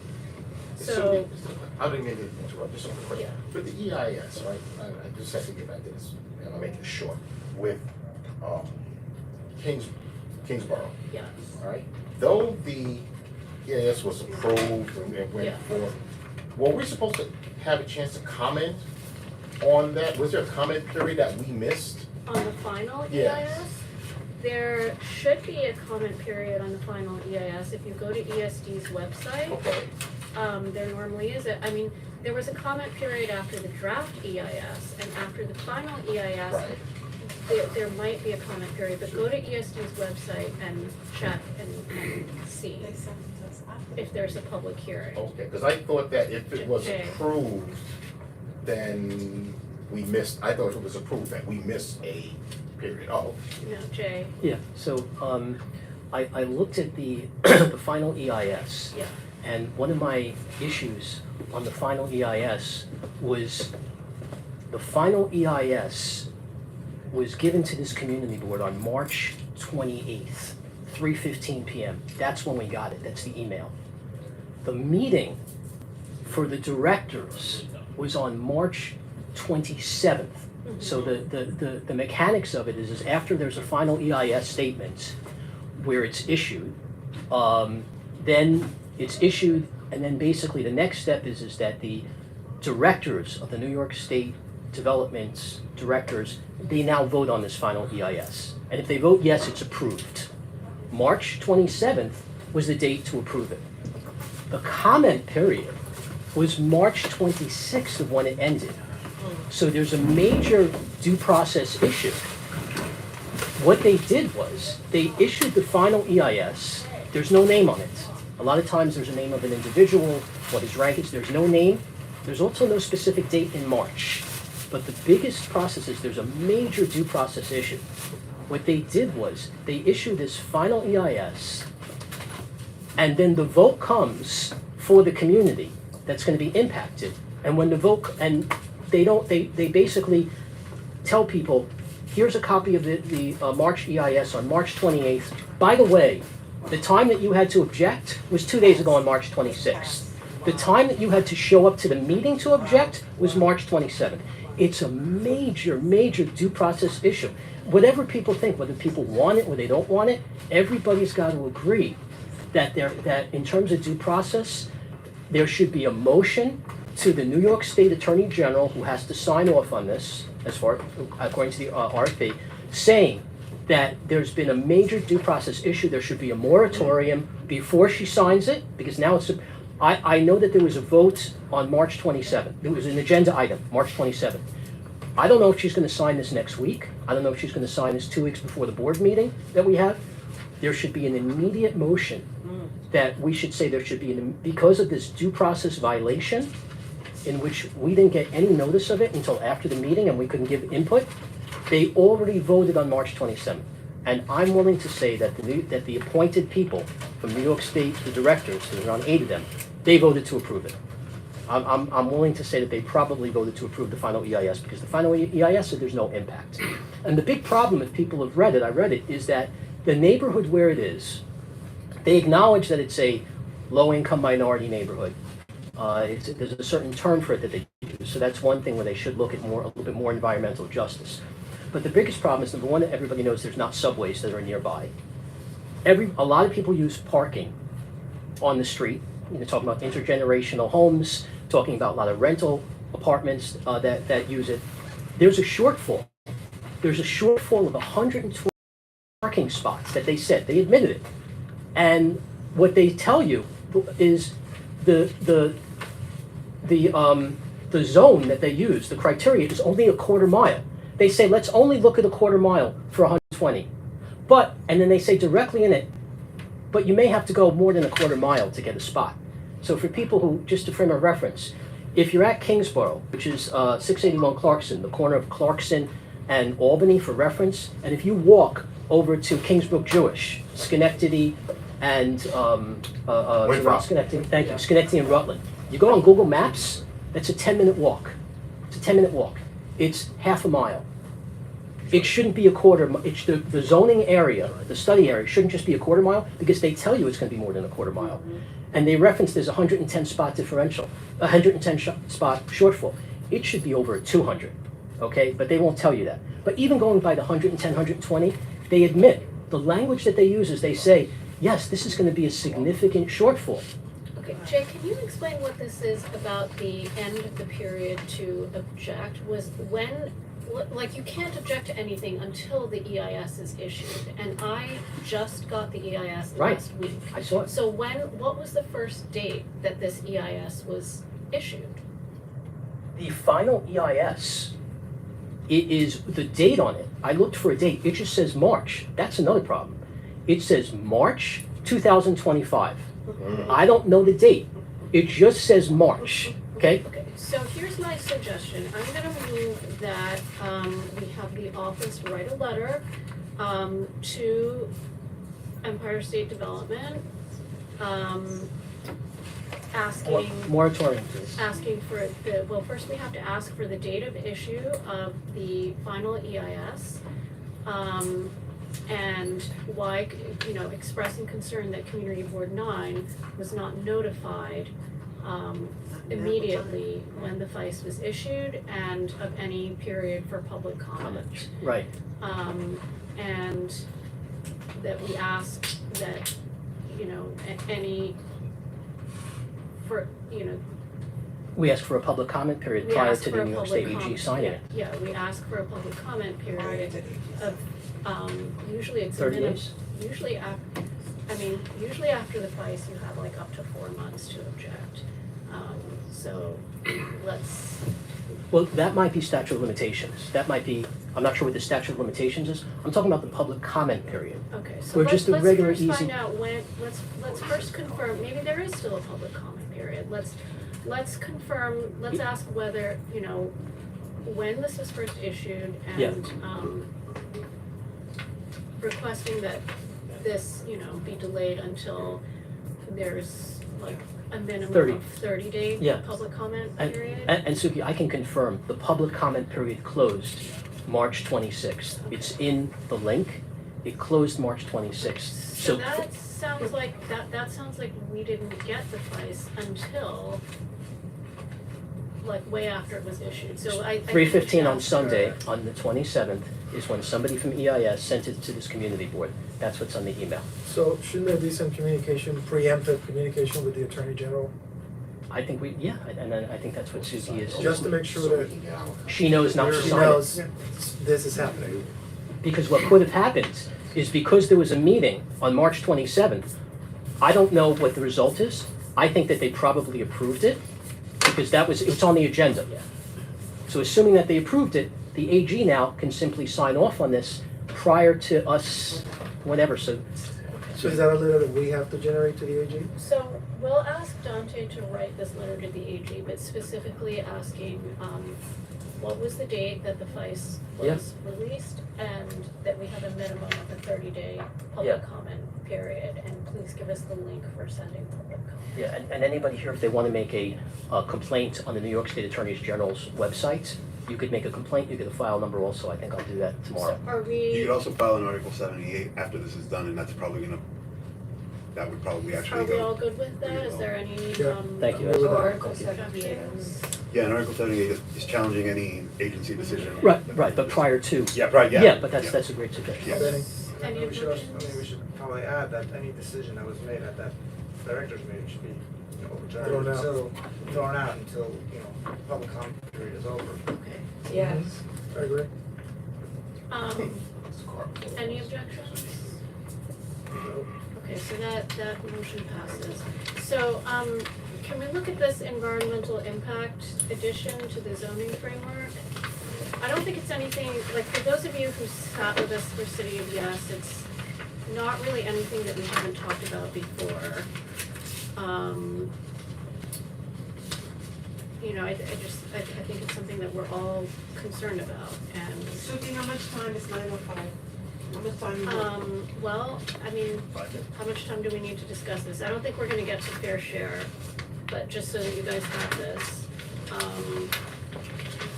Do we wanna look at environmental impacts? That's shorter.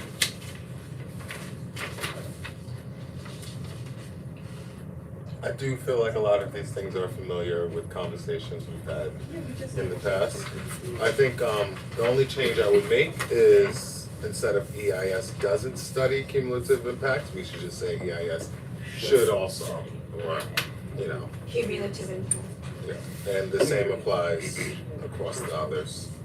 Just like practically speaking, I mean, I don't think that anyone's going to do an EIS following these guidelines, right? This is just recommendations. Like, to my knowledge, EIS is like a best practice. Do they follow these or do they not? I mean, this might actually be something for charter reform.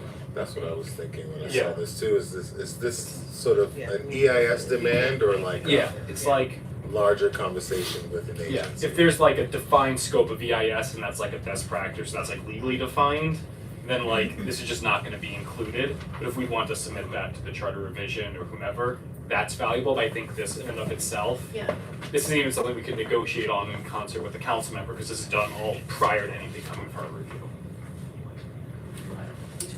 Yeah. One thing I'll say is these are principles, so, you know, guidelines, right? So we gotta put the feasibility question aside a little and just think of it as, I think, like a statement of vision, and Sure. that could help us, you know, be a little bit more open to the things that we could include here. Anybody else? Rod, Cheryl? No, I think that's good. I think everyone's burned out. Okay, so are we good with adding this? Can we maybe table this to the next meeting, so we can have a more full We discussion? table my suggestions, Yeah. let's table yours. Okay, we can table everything. I wanna stay an extra hour and argue about fair share. It's really good to No, have you these don't. conversations and have Yeah. this written down so It is. we can study it, thank you. You know, can I just suggest also that when we start this Google group, people have things to say them early, you know, so that we're not stacked up with like 5,000 things next, because this happens at the general board meeting, that we have a lot of leftovers to eat, and it's not that pleasant. Yeah. The fees person and that nonprofit, Yeah, this thing, can we discuss that amongst the land use committee, because we were not made aware of that, we saw a flyer. But there's an organization that's a nonprofit that, has organized a month-long urban planning workshop in Jackie Robinson Playground. And I was concerned because, like, why didn't you say one of the members is on the economic development group committee, I believe, and never came to the land use committee about it. Actually, I'm here today to talk about that with Suki, to see if anybody would be interested. I was at the event on Saturday. I went Where over was there, it? nobody was there. We were, I went it twice. was at Brian Cunningham's office instead because of the rain. Why didn't, there was no one, There was a notice that was sent out. where? A notice was sent out? At least that's how I received it. I think That it came up in a changed. general board meeting. It was I know, but but I tried to go to emails the that, meeting, I went over there, I went early, Well, there's next Saturday, there's a and Saturday too. I went in the afternoon, and There's I a looked. Saturday also, so it's. And I looked on the website, It's a it would 3-week. he should have posted it somewhere, I was very disappointed. Okay, totally. And that's fair to express, and I bet you Anthony would be really receptive. This is also, there's different parts of the community that are engaged. I will say there was a lot of interest from people that were there that wanted to know more about the ULURP process. And as a community board member, I told them I would come and speak to ULURP and told people that the meeting was today if anybody was interested. And that way it could be a collaborative effort because people do have questions that they would love to know. Obviously, this was an opportunity to extend people to come if they want to know more. This is a great place to be active and involved. But wanted to also extend the offer if people were interested because it was something that came as an afterthought. Sometimes you don't think of everything, sometimes things do get missed. And I think this was one of those aspects, even for housing. None of our people in housing knew about it either. So who was at this meeting? Because the people that are in the community here, I looked around for flyers, I looked around for posters to say where the meeting was moved to, so I'm just curious who was informed and who was at the meeting. I'm not part of that process, but the board Why don't you does. just tell us, so, you know, just summarize for us how the meeting went. So it's a 4-hour workshop essentially of different partners and organizations that come and advocate for different aspects that they feel like are fitting. It's supposed to be a more interactive workshop where people get to essentially be part of a building process, whether it's site recognition, going through the district, being able to identify places that if the community wanted to go about a community forward development, how would they go about that? It's conversations of things to identify different aspects within the community, like what does that mean, city, these different languages and understandings of how to build or go about urban planning processes.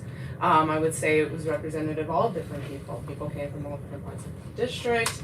As we are a large district, over 100,000 people that we're supposed to represent. So I would say people came from all different walks of life in that regard. Demographics were pretty distributed evenly. Income as well. People had critical thoughts that they were expressing. And it's both a place to be critical of the development that we see, but also interactive and engaging for development that people would like to see. I know a part of the process later is that's supposed to be like Lego building. So it's really just conversational and getting people, especially younger kids. There were younger kids there. There were people that were older, people that come from medical fields. There was the Green Gorillas that talked about community planning and community gardening, some of the problems that they face. So it's essentially different networks just trying to go about community conversations outside of the board, because there's community outside of community board as well. So this was me just extending that. And if anybody's And what's interested, supposed to happen with the output of this? What's the main goal? What's the exercise? purpose? I mean, you don't know what you don't know. So now people get to know. And I think that's really the most advantageous position about it, is that people get to be a part of a conversation that people mostly feel left out of.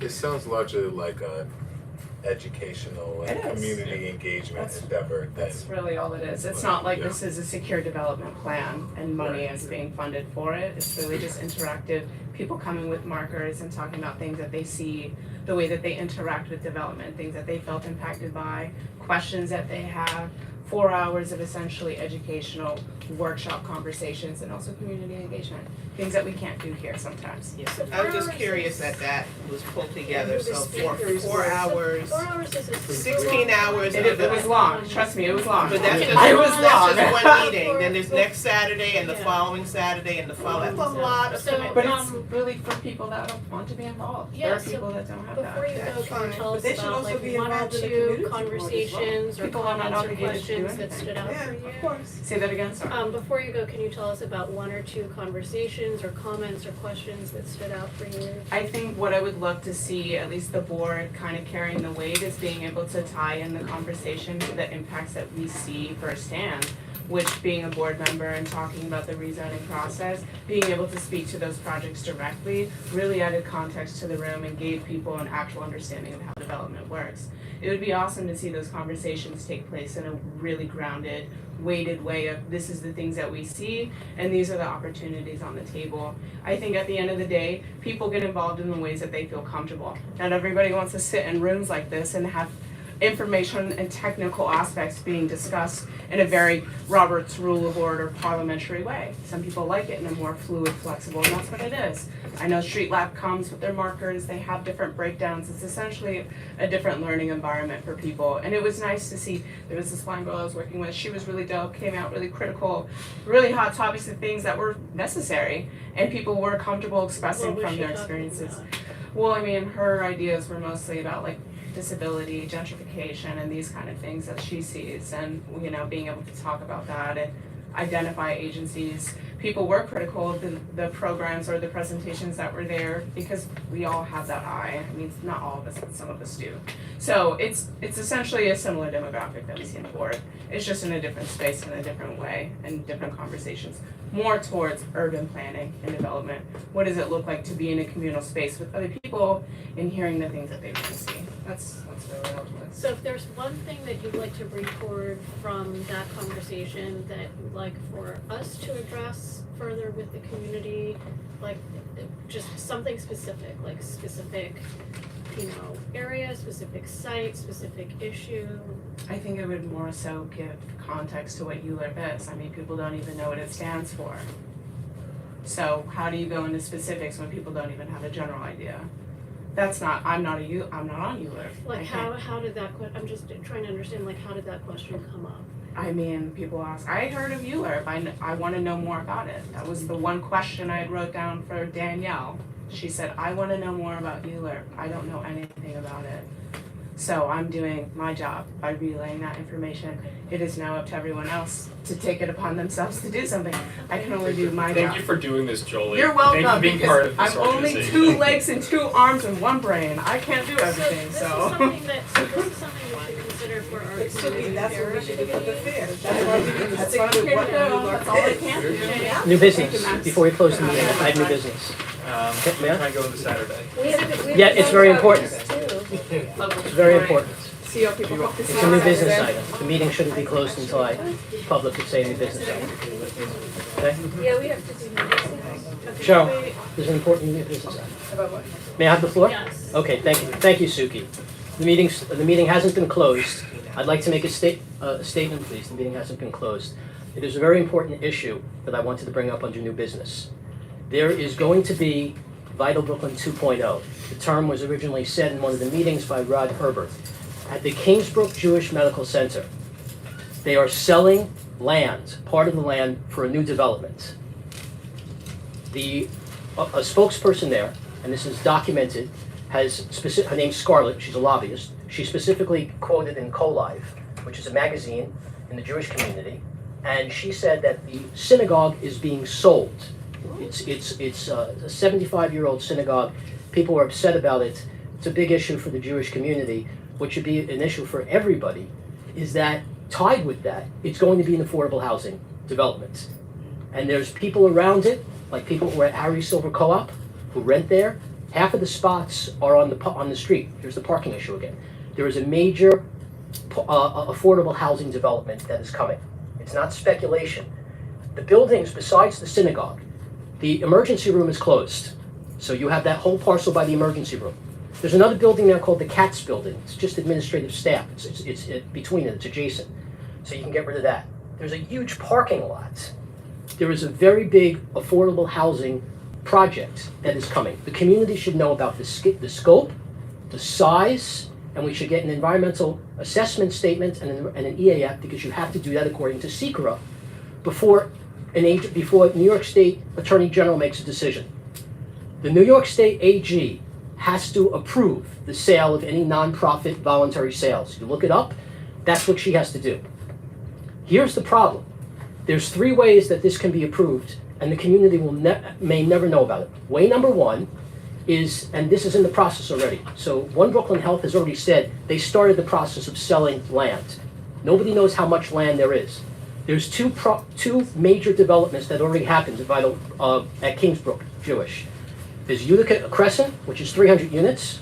That's being built right now. And there's another one that's going to be built on the northern part, which is another 300, called Kingsbrook Estates. The architect for that is John Wolfling from Datner for Kingsbrook Estates. This is going to be the 3rd project. The community should know about the size, the scope, and there should be a letter to the New York State AG saying that we want to know about the size, the scope, so we can know the public impact. So the New York State AG, she has to make there's 3 decisions that she has to make. Number 1, it's an administrative approval. She could approve this, nobody will ever see it. It doesn't go to a court, it just gets approved, and you go onto her website, and you'll see things that say it's been approved. That's only when they show it. Number 2 is she could object, and then when she objects, it has to go to the local Supreme Court, and then interested parties get 15 days notice if she objects. Way number 3 is she could say, I'm not approving or disapproving, but this is an important issue of public impact. So I am going to recommend that this goes to Kings County Supreme Court, which is the local Supreme Court, and you're going to get 15 days notice. The decision is whether there's complaints or whether there's a public impact. This is going to be a public impact. We had an environmental impact statement that said that there's a significant shortfall of over 100 spots. The same thing that people are complaining about in terms of parking issues, where there's 100, 200 people have no place to park. Now it's going to be 300. Okay, so Jay, we're My asking for an EIS. My ask of New York State Attorney General is to, prior to making a decision, which is based upon public input, if we as a community board can give public input to her because of the potential environmental impacts, we would like to know the details of the project. What's the size, what's the scope, and what's the required EAS statement and EAF statement before she makes a decision. The reason this is so important Everything could happen, and this could be approved, and we lose all rights if she gives administrative approval. And this has the potential to be a 300-unit project like the other two. All of, by the way, I know this is being recorded. My name is Jay Sorid, just to announce who I am and what my name is. I'm a former property owner in the district. It's getting recorded there. Yep. Okay, I feel like I need you to write this down. But essentially, this is a request From the district For- manager for the district Yeah, manager for to write information. a request for for information information. Yeah. on the sale of the Kingsbrook North site. The sale of the Kingsbrook Synagogue and other land at Kingsbrook. So the north part of Kingsbrook, that's development number 2. Okay. That's part of Valley Brooklyn. That's done. They sold that. So this Kingsbrook South. Essentially, yes. It's the Kingsbrook synagogue, South. and the question is how much other land? You've got a parking lot, you've got other buildings. This potentially could be the whole thing. And I'll tell you, I'll say it publicly, it's not where I'm speculating that it's things besides the synagogue. I have reputable sources have said to me, this is going to be affordable housing, and everything is getting knocked down. A lot. I don't know the scope of what everything is. And there's other, and I can't say the sources, but this is not speculation, and we need to find out. Is everybody good with this request for information? Yeah. Yeah, we should. Yeah. It's just a request for information. You don't have to make a value judgment, just to have the community informed about what's coming in. Is it 8 to 10 story buildings? What's the density? You know, And I'm gonna Our suggest two-family homes I'm gonna are- suggest that we CC CB 17 on this, because this is very close to them, isn't it? Doesn't hurt, doesn't hurt. Doesn't Yeah, hurt. that's fine. Literally It doesn't on their hurt. border. That's fine. Doesn't hurt. And yeah. And we can also request from Kingsbrook. And I will say, this is very different than just some church selling a little bit of land. Yeah. Kingsbrook can't survive without New York State. Kingsbrook, it's now part of One Brooklyn Health. There's 3 hospitals, Kingsbrook, Interfaith, and Brookdale. Kingsbrook, One Brooklyn Health got $1 billion of New York State taxpayer money. So it's a lot different when New York State taxpayers gave $1 billion. There's a lot more. The effective owner, the real effective owner of One Brooklyn Health is New York State taxpayers. We have an absolute right to know ahead of time. I asked them for the information, they won't give me the information. I think maybe you need to reach out to the controller too. Isn't he also the state controller required to approve these things in addition to the AG? Maybe. I only looked up the AG's approval thing, but you may also be correct. I mean, particularly if Maybe. it's one of those where they're selling the land for $1 or what have you, I think the state controller needs to. There's almost always a provision that allows the controller to at least review those things before. Okay. So I think that could be something that you could add. Yeah, just a request for information because of the potential impact. And it's already been acknowledged in the environment, in the Kingsbrook site, which is around the corner, that there's a massive parking problem. And what many people don't realize, in my opinion, is that the significant shortfall of parking will absolutely cause people to move. It's just the quality. Displacement. It's the quality of life. It's disparate impact. Thank you very much, Suki, for taking the time. I'm Thank you. completely fried Thank and you. it's too Okay, shared. thank you, So, Suki. motion to adjourn. Disparate impact.